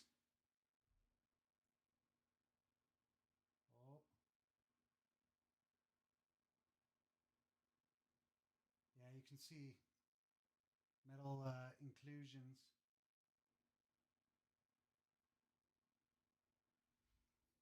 It's pretty wicked.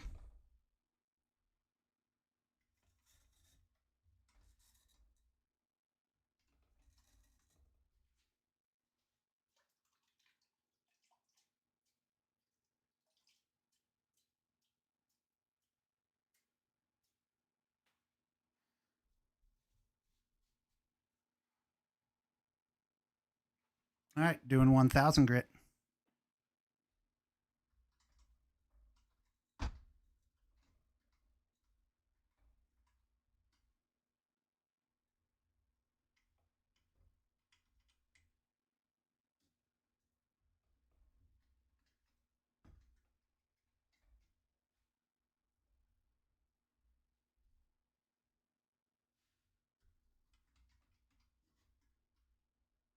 So nice how you just nestle it in there.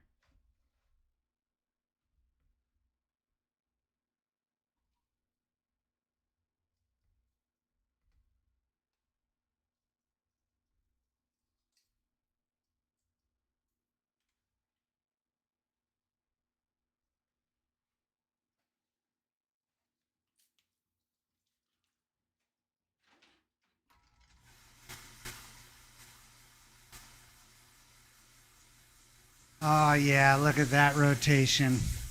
Super clean. I mean, once I finally got this machine like figured out, it's just so much better. I gotta be honest though, doing the larger spheres here is a lot easier than the smaller ones. I wouldn't think that there would be that much of a difference, but come to find out there is. Now I assume it's because the extensions and everything, because you know an inch down here is a mile down here, so.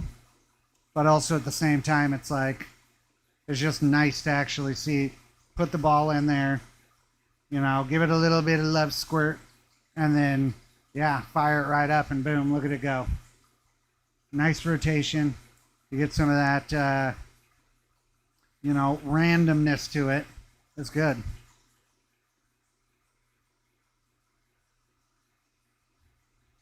Yeah, exactly. So some people, like, if you look at they call it greenstone down in New Zealand, but greenstone covers a wide variety of different green rocks, right?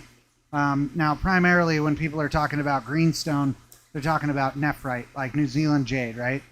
But they also have this stuff called tangiwa, which tangiwa is actually it's bowenite, and that's the stuff we're cutting here.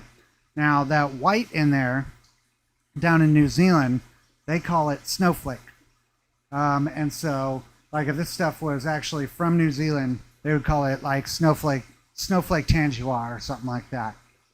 So, you know, a lot of the stuff that we're finding here is just as high as quality, if not a little bit better, when it comes to the serpentine varieties here. But it's nice to be able to use them as a source for like, you know, their information. How are they working stuff? What are they doing? Because I'll tell you what, if you want to learn about this greenstone or any kind of, you know, either it be jade, nephrite, serpentine, anything like that, rhodingite, that's another one that they work a lot. Um, they're on it. Those people know what they're doing. They're really good with it. And I mean, their communities are pretty open. You just have to like, you can't really post much in a lot of their groups, which it's like, hey, dude, I just wanted to show you the stuff you guys are finding looks just like the stuff I'm finding here in Oregon, but it's like, you know, New Zealand material only in most of the groups, you know. They also call it Ponamu if you're looking to find out like some actual Maori names for it. Um, but yeah, it's good. I like it. In fact, I really want to get down there one day. Maybe bring some Oregon Sunstone with me. Take care of those guys. Do a little trade, you know. It'd be awesome. How high a grit do I go? James, I go up to the, what, 3,000? Or, yeah, so this is the 1,000. We'll do a 3,000 next, and then we finish off with a 10,000. Now, I'm in the camp that believes that the polishing pads are not true in their terms of grit, right? Once you get up to a certain point. So when it says a 10,000 grit, it's not really 10,000 grit, man. It's probably something closer to 5,000. But they get a nice glossy polish on it, so it's definitely good.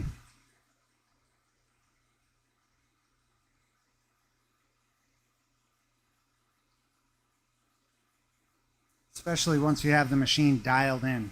That is the main thing. Jeez. Because I was struggling with it with so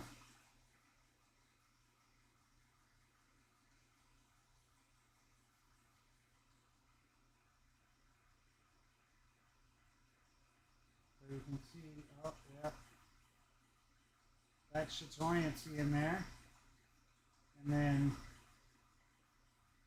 see if I can show you there. So I was really struggling with this one the other week, and I was struggling with this one the other week, and the problem was is I had too much pressure. Just those cups were leaving, like, even my finished cups were leaving like skid marks, not so much scratches. So I ended up going back and redoing this one, and yeah, this one definitely is. This is a keeper. That chatoyant band right there, and then that flower down on the bottom. That thing is just crazy cool. That was one of the best ones I've ever made. So. Give it a little polish. You'll love polish.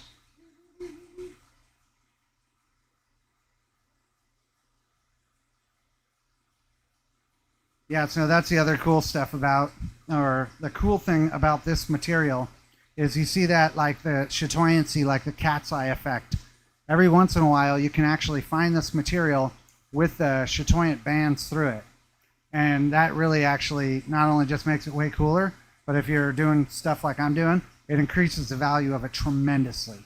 Because now you got all kinds of stuff going on. You have those metallic chromite inclusions in there. You have the chatoyancy cat's eye banding around it. And then you have like that just gemmy green color on that flower that you can see through it, you know. And actually, I did bring my gem torch out here tonight so I could show you guys once this one gets going, to show you kind of like the depth of the light penetration on this thing. Because all of this material, that's the thing about it, is you can get just amazing light penetration, but it's kind of funky because it doesn't really, like, I mean, you can't really see it unless you know it, you know, and then the light penetration is just like a perk of it, you know. Yeah, exactly. The light green with spots. Exactly. So that's pretty good. That's kind of like your stereotypical type stuff. But when you get real into it, yeah, there's a lot of variety out there. So, like, see how that's just. Now, you'd never know. You just think this is a black rock. But you get a light on this stuff right here. And this is like the ultra gemmy stuff. Oh, come on. And I had to trick the camera.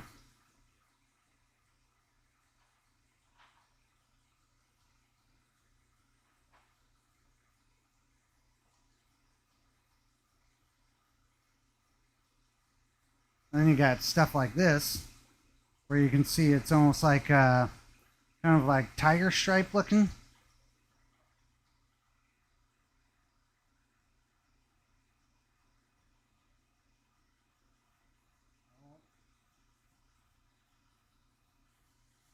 So that's another reason I really like this material is there's just an abundance of variety when it really comes down to it.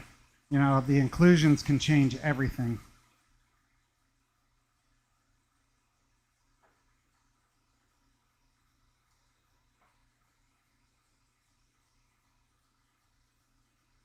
I am pulling that out of my B grade bucket, by the way. I got some real good stuff, buddy.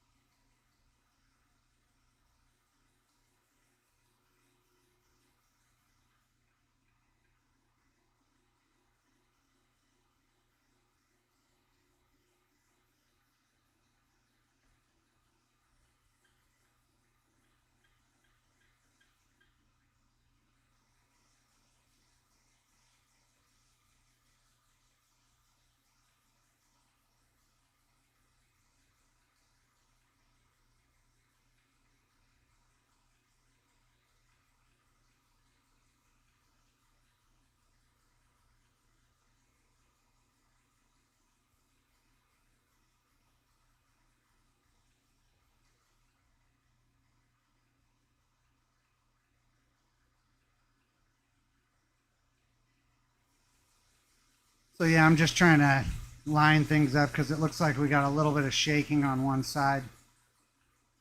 I didn't I didn't tighten everything down quite as tight as I could have, but that's because for the most part I like to have everything, you know, free floating.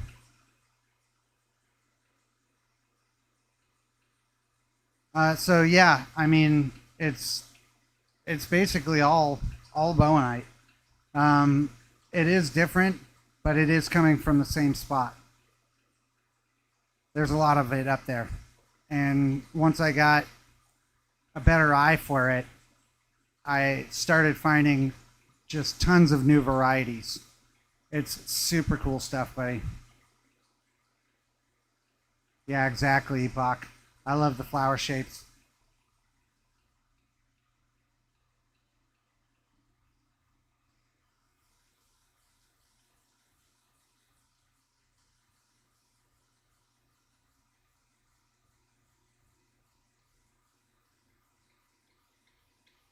Oh, God, there's that squeaky sound. Here's the other thing we're going to do, just because I want to make sure we get this, because this is 1,000 grit. This is a big game changer. And so what we'll do is a cool little trick. Oh, what? They're supposed to switch directions.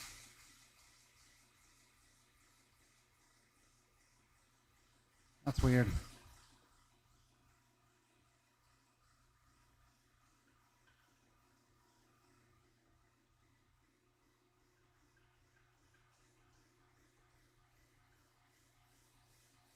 There we go. There's a little bit of direction change.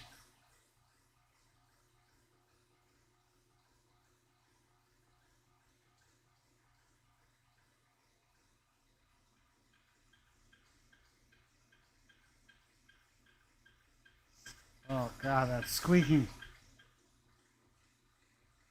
The squeaking is brutal. Hope you guys can't hear it.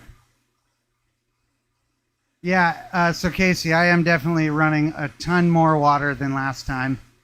Um, really, what I'm trying to do is make it not only visible for you guys, but I'm really trying to prevent some of the like skids and scratches that I was getting last week. And I have found that running more water isn't necessarily hydroplaning like I was afraid of. But this is where it's like you just kind of got to dial it in. And as you can see too, we're not getting that buildup on there. We have a little bit of milkiness, but not a whole lot. So we can let it go for just a little bit longer. Ain't gonna hurt nothing, especially since we're actually in the polish stage now. I found that it is worth going just a little bit longer once you hit these stages, or you know the threshold of the stage, I should say. So like the next stage we do is 3,000, and then we finish with 10. So we might as well make sure we're getting all those deep scratches out now, because the the next two stages really ain't doing a whole lot. Not for depth anyway. This is pretty much your last stage that is getting out all that pre-polished stuff. So that's also why I've been kind of just making sure that I show you guys the milkiness here of these. See if you can actually catch that. Seems like you can kind of see it on that one. Fortunately, what I do is I look up underneath it and I check and see if the water is milky underneath, because that's where it drips from. That's also why you saw me pull out some of the water earlier. It's because what I want to do is I want to see sometimes when it hits the bottom, and I don't want it splashing up, because I'm trying to keep a clean and tidy workspace here. So yeah, I think we're ready to go.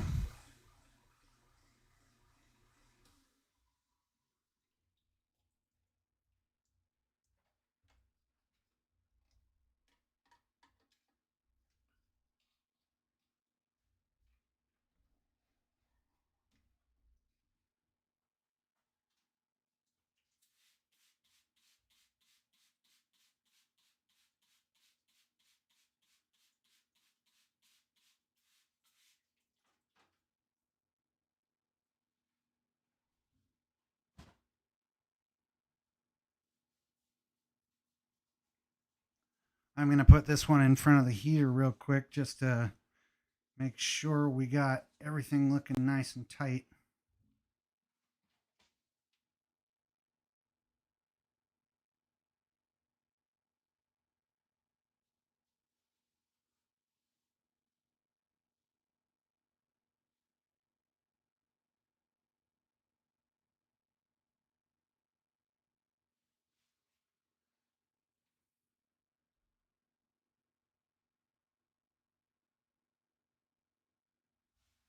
Looks pretty good.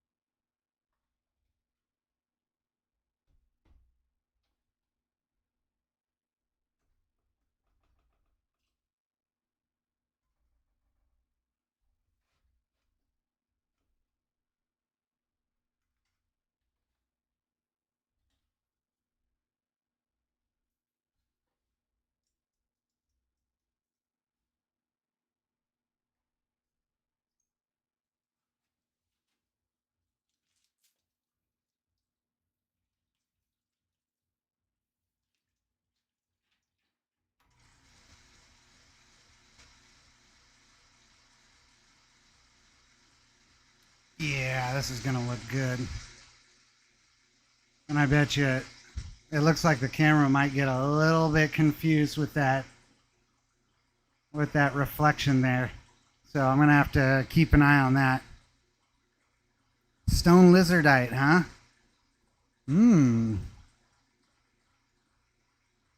I like the sound of it.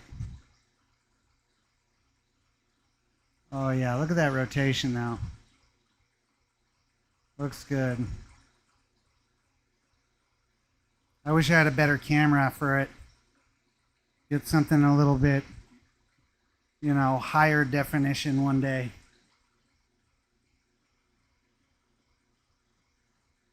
I think once we are able to invest in the high speed machine, the Highland Park one, we'll have to up the game and get a real camera on it. It'll be good. I'm excited for those days. That's for sure.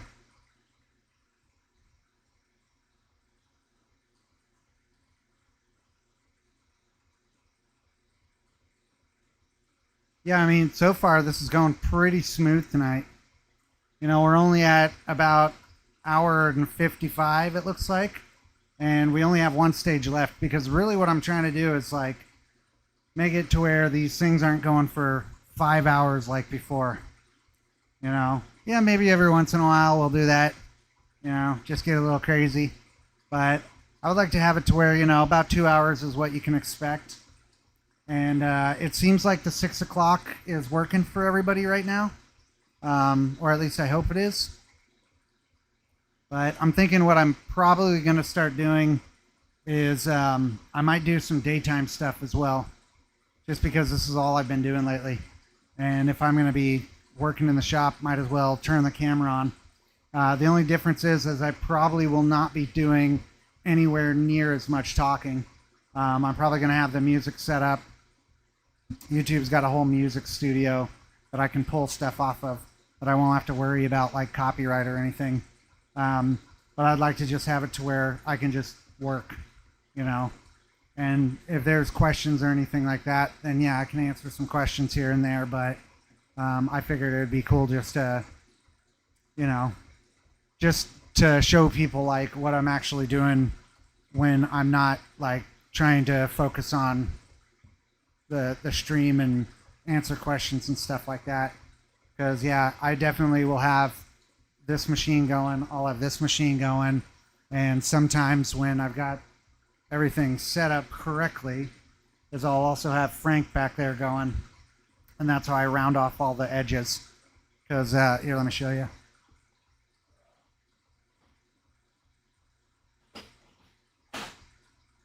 So after I do the core drilling, oh man, this was kind of a crappy one. But so I've got all these edges here.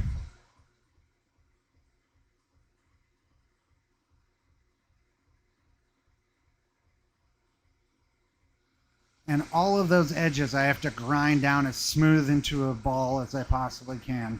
And so once I get done with that, it will typically look a lot more like this.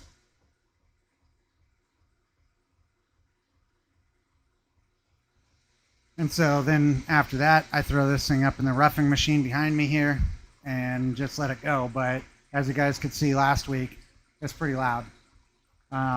And usually I've got headphones in or earplugs or something. And so, yeah, it's like trying to pay attention to stuff like a stream and answer questions a little bit more difficult. But I do think it would be pretty neat, especially if you ain't got much going on during the daytime. It's like, oh yeah, pop in, see what I'm working on, and yeah, I think it's just nice to share. Plus, it kind of helps my channel grow a little bit more. Which, by the way, if you guys haven't, and if you do like the video, please like stuff, because it's one way that really helps me out without having to do a whole lot on your guys' end. Because yeah, it's the YouTube stuff.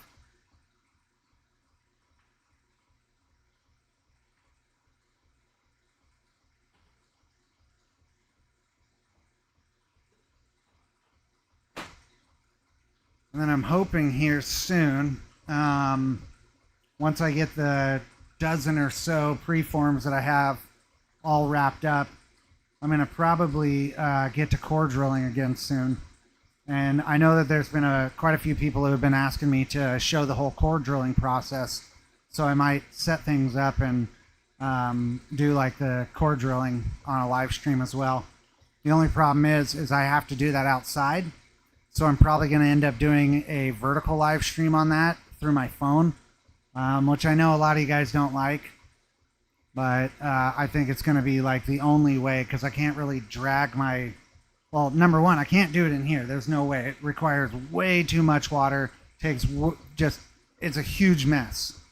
And outside I can do that pretty easily. It's fine making a mess. I've even got my little... what do you call it? Kind of like a French drain where the water, drains off into a gopher hole, actually. Stinking gophers. Actually, I think it's a ground squirrel. But screw them anyway. Digging big old holes in the yard. Bastards.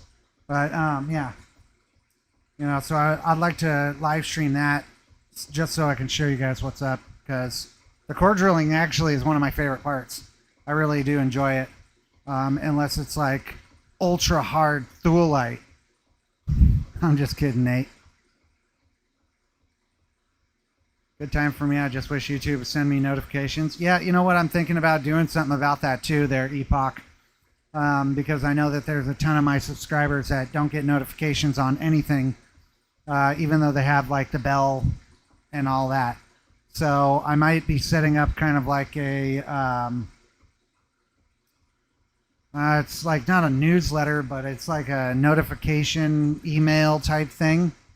Or I might do something on Facebook, or I'm not sure.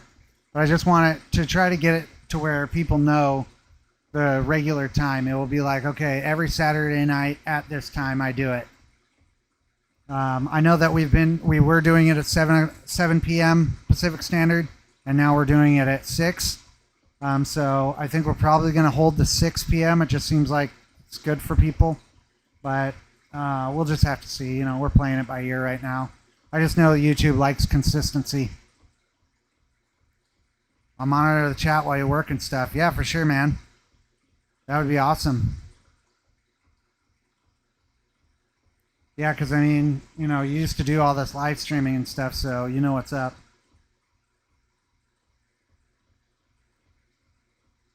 It would definitely be pretty helpful, because if I'm doing this right now, I'm doing it 7 days a week. Every chance that I have, I'm either out here, you know, rolling the machine, polishing balls, or I'm out core drilling.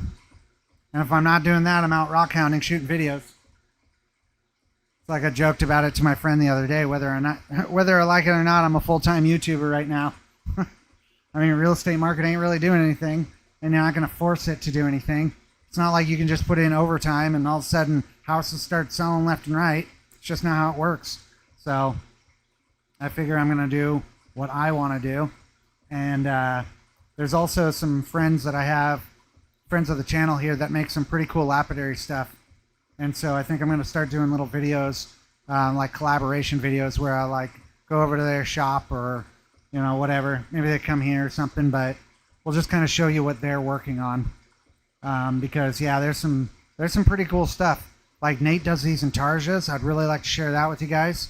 And then my buddy Angel is making these like little guitar things, and that's super cool. And then of course, if you guys don't know Jack Hoke, well, you should.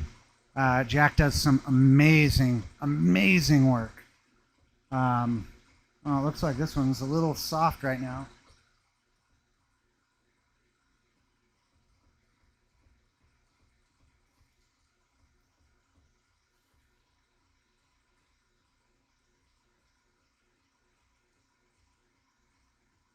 I've noticed that every once in a while I need to like shim up one of the motors, and I think it's just because I don't tighten them down. Because I've noticed that as soon as I tighten it down, sometimes it will actually change the rotation, and so it's kind of like, hey, if it's working, don't, you know, if it ain't broke, don't fix it. And you know, but then every once in a while, what happens is you get that vibration just from the operations and the pulling and everything like that. Excuse me. And yeah, the motors will need a little bit of adjusting.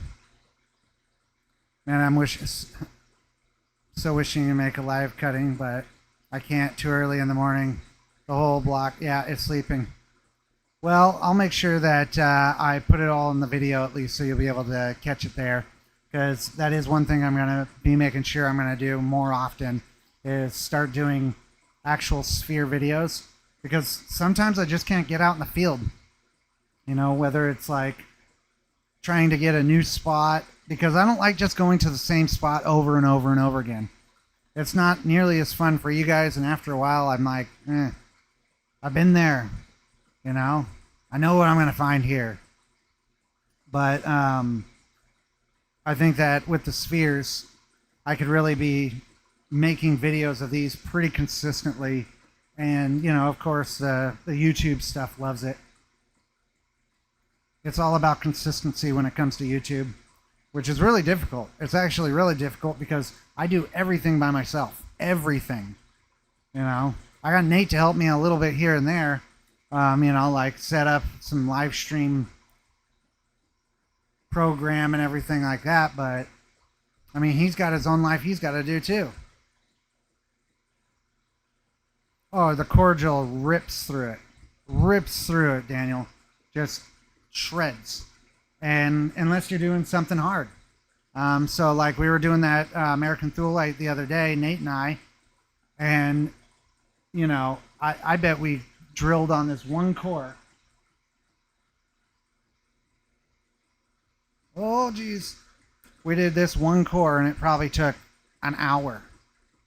I mean, and that bit was not dull or anything because I was just cutting right before it.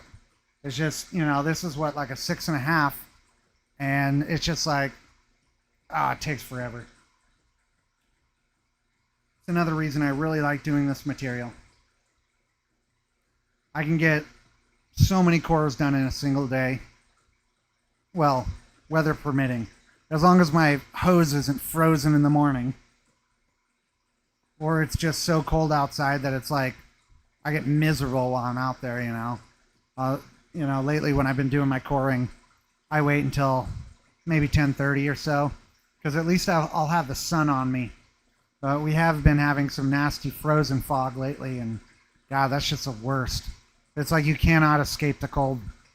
You can bundle up as much as you want, but when you're getting water, sprayed on you, you're just not going to do a whole lot. Living the dream, Tracy. Yeah, I mean, it's some kind of dream. It's also a lot of work. It's a ton of work, but hey, I'm getting to do what I want to do, so that's really more than a lot of people can say, right? You see Star Wars Jack did? Yes. Dude, isn't Jack just crazy good? Crazy good, man. That guy is amazing. I actually plan on going to Tucson with him next year. Well, we're going to do a caravan is what I think we're going to do. But yeah, I think it's going to be, next year is going to be wicked. So yeah, you can see there's not even really any color change in that water. So yeah, I'd say we're about good on this stage.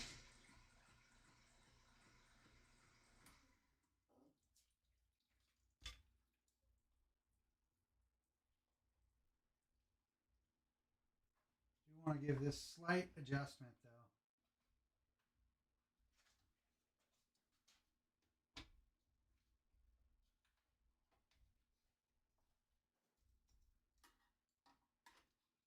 Oh, you can really see it. And actually, while I got it here real quick, let me see if I can show you something.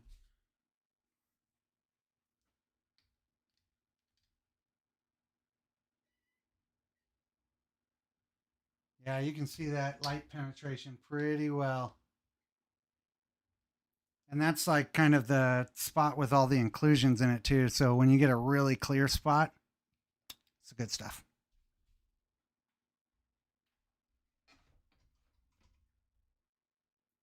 Let me see if I can find one of those spots. So yeah, like even right in here, I know the camera doesn't like to pick it up because, super bright. But you can see, geez, come on. Yeah, that's just going to be really difficult. Trying to do too many things, and with my new setup, it's kind of wonky. I'm not going to lie.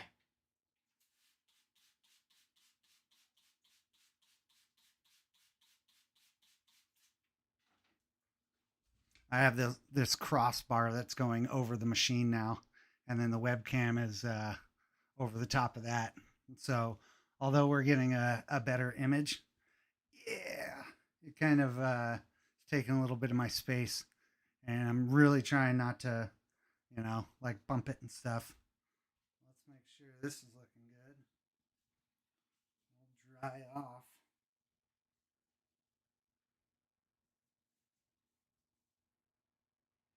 So you can already see that gloss, and that's dry. I'll show you right there.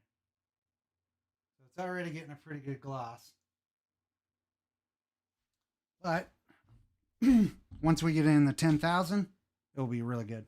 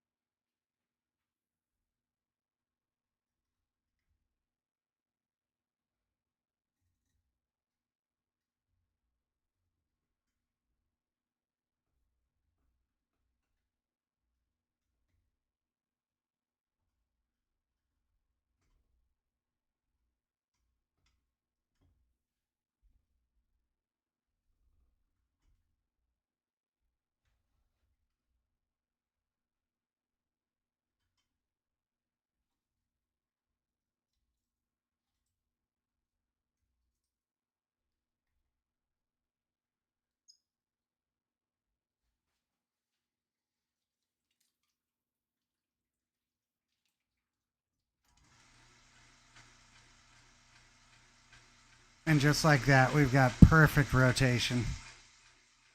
Looks good. Oh, yeah, man. Better and better, buddy. Every chance I get, trying to improve these things. You know, it's taken a little bit of there's been a bit of a learning curve with this, but hey, you know, everything fun has a good curve. So this stage being the last one, the 10,000 grit, we're actually going to let this go a little bit longer. So I've got 8:10 on my yeah, it's about 8:10 p.m. right now, and I think that we'll let this one go for about 10 minutes. And then I think what we'll do is we'll adjust it at the 10-minute mark. You know, we'll just give this this slide a little bit, see if we can get that spin, you know, just slightly altered, and then maybe we'll give it, you know, 5 on the new spin, and then it should be absolutely premium. I'm pretty excited about it.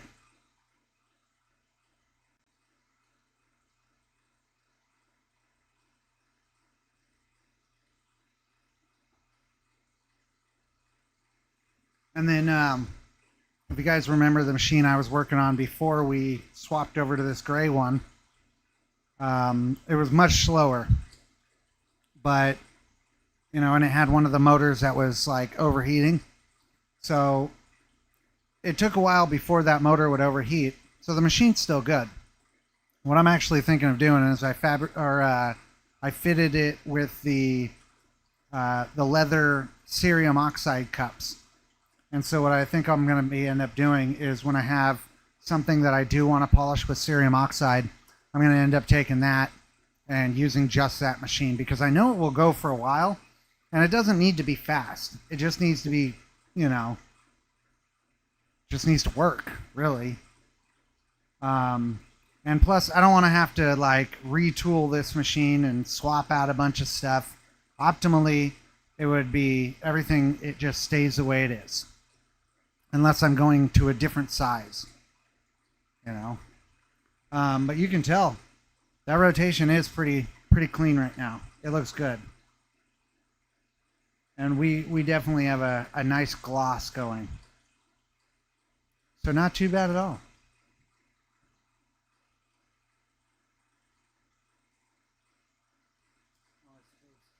Could hang my towel up now.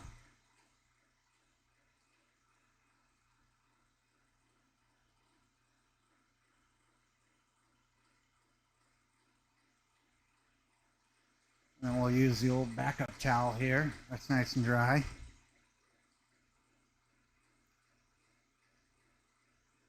Yeah, I'm going to have to get some more shelf space before too long.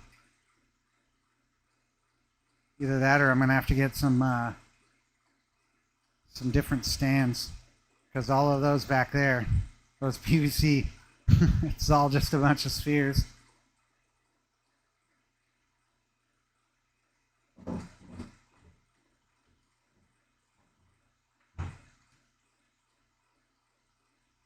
And I told Nate, I was like, yeah, yes, short. This is definitely, well, it's a type of serpentine. It's called antigerite. Well, this is bowenite, but yeah, I just call it antigerite for safety's sake, because there will be people out there splitting hairs. But yeah, it's a type of serpentine. It's really nice stuff. But yeah, I was telling Nate we need to get some of these on his website because he's got like a light box, for taking the pictures and everything like that. And so we'll be able to get some nice photos and everything. And his website's pretty clean and everything. But yeah, if you do go and check him out, make sure to use the discount code Rogue. They'll make sure to give you 15% off. They got some really cool stuff, by the way, and they're getting ready to go to Tucson before too long. So they're going to have even crazier stuff once they get back.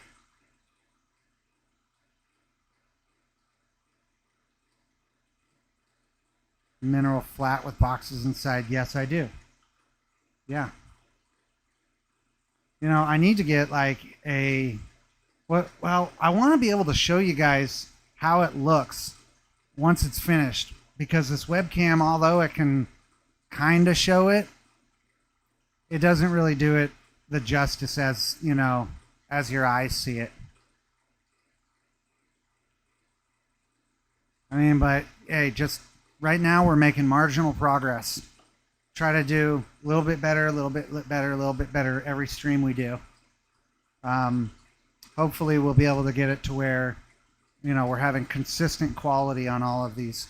Because really, I know that there's only so much we can do with the video quality, which right now it's good enough. But audio quality is a huge one because, it's like they say, if people will deal with kind of subpar video, but terrible audio is just it's a done deal, especially if you're watching on like TV or something. That can really be rough. So hopefully we got that dialed in a little bit better. I did try the lapel mic one time, but the quality was terrible on that thing. Just did not like it at all. Oh yeah, gotta love them thumbnails, buddy. Use it today to photo some cabs and slabs, which I put on the website. Excellent. Yeah. I mean, some of this stuff, because it's so dark, that's the only thing I'm really worried about. Because, like, I can put a super bright light on them. The light of Gondor, and it just changes everything. All right. And so you can see that green a lot better. But now also that it's a lot harder to see in general.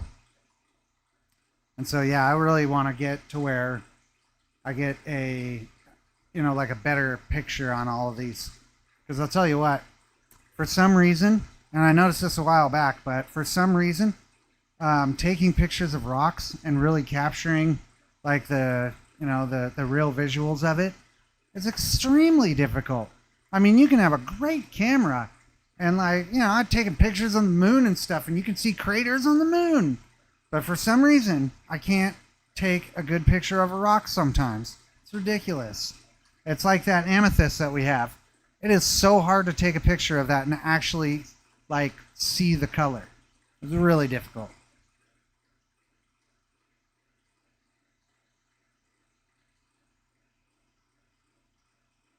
All right, so we're going to change the angle or the rotation just a little bit.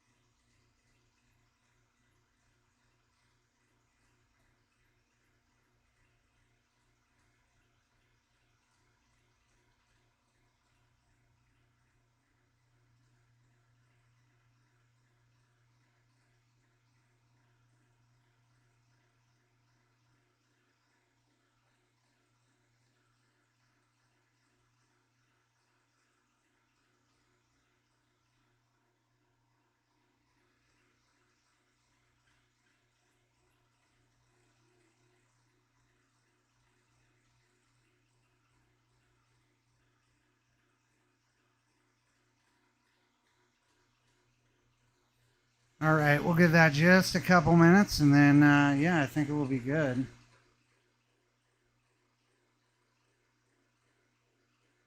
Oh yeah, Oregon. Like it is crazy, buddy.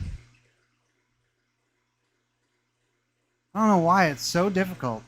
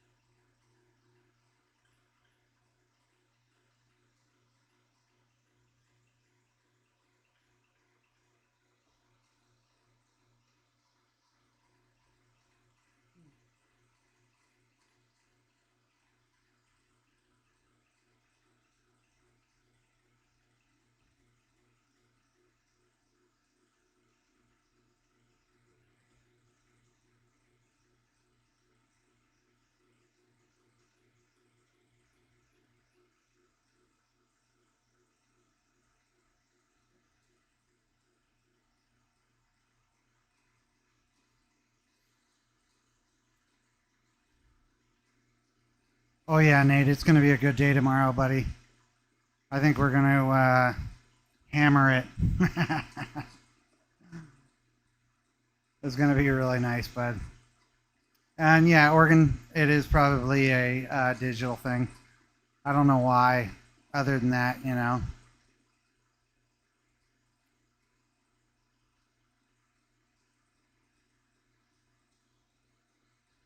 All right.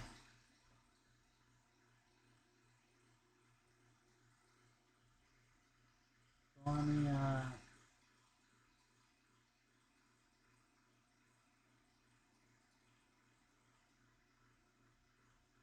Yeah, I see that water is pretty clear.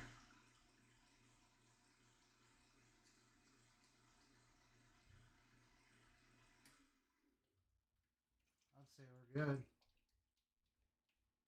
We'll give it a little look see real quick, but I think we're probably about good on this one. Move our shims there because we don't want those for next time.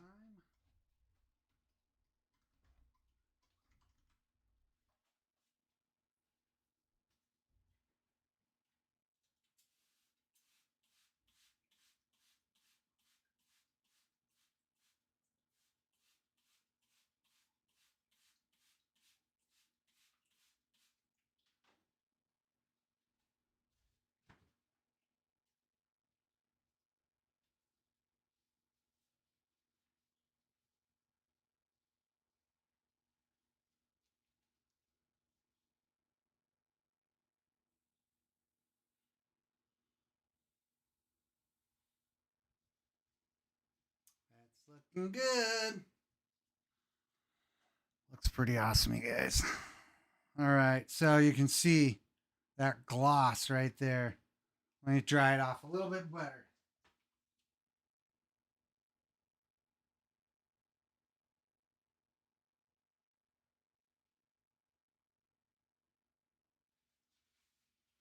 All righty, let's see if I can show you this.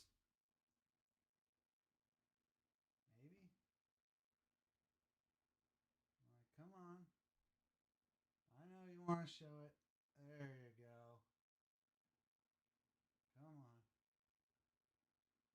I don't know why it's so hard to get this thing to focus. Definitely doesn't like the reflections.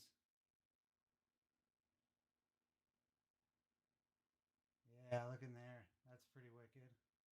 See if we can find that. Yeah, look at that part where it's got that big metallic line going through it.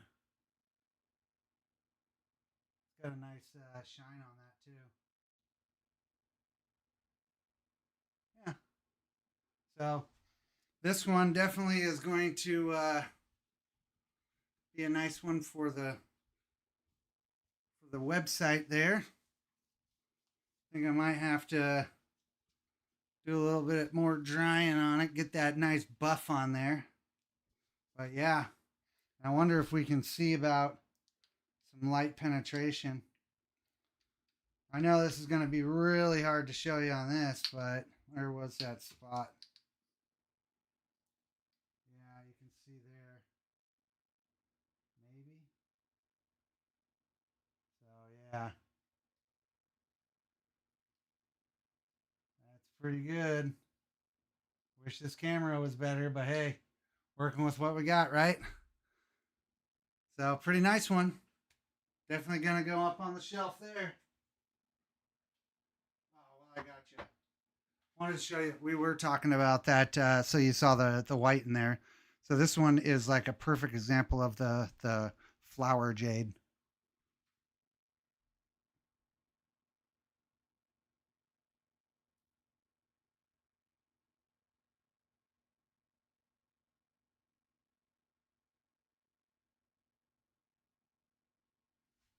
So yeah, and I got two of these little guys.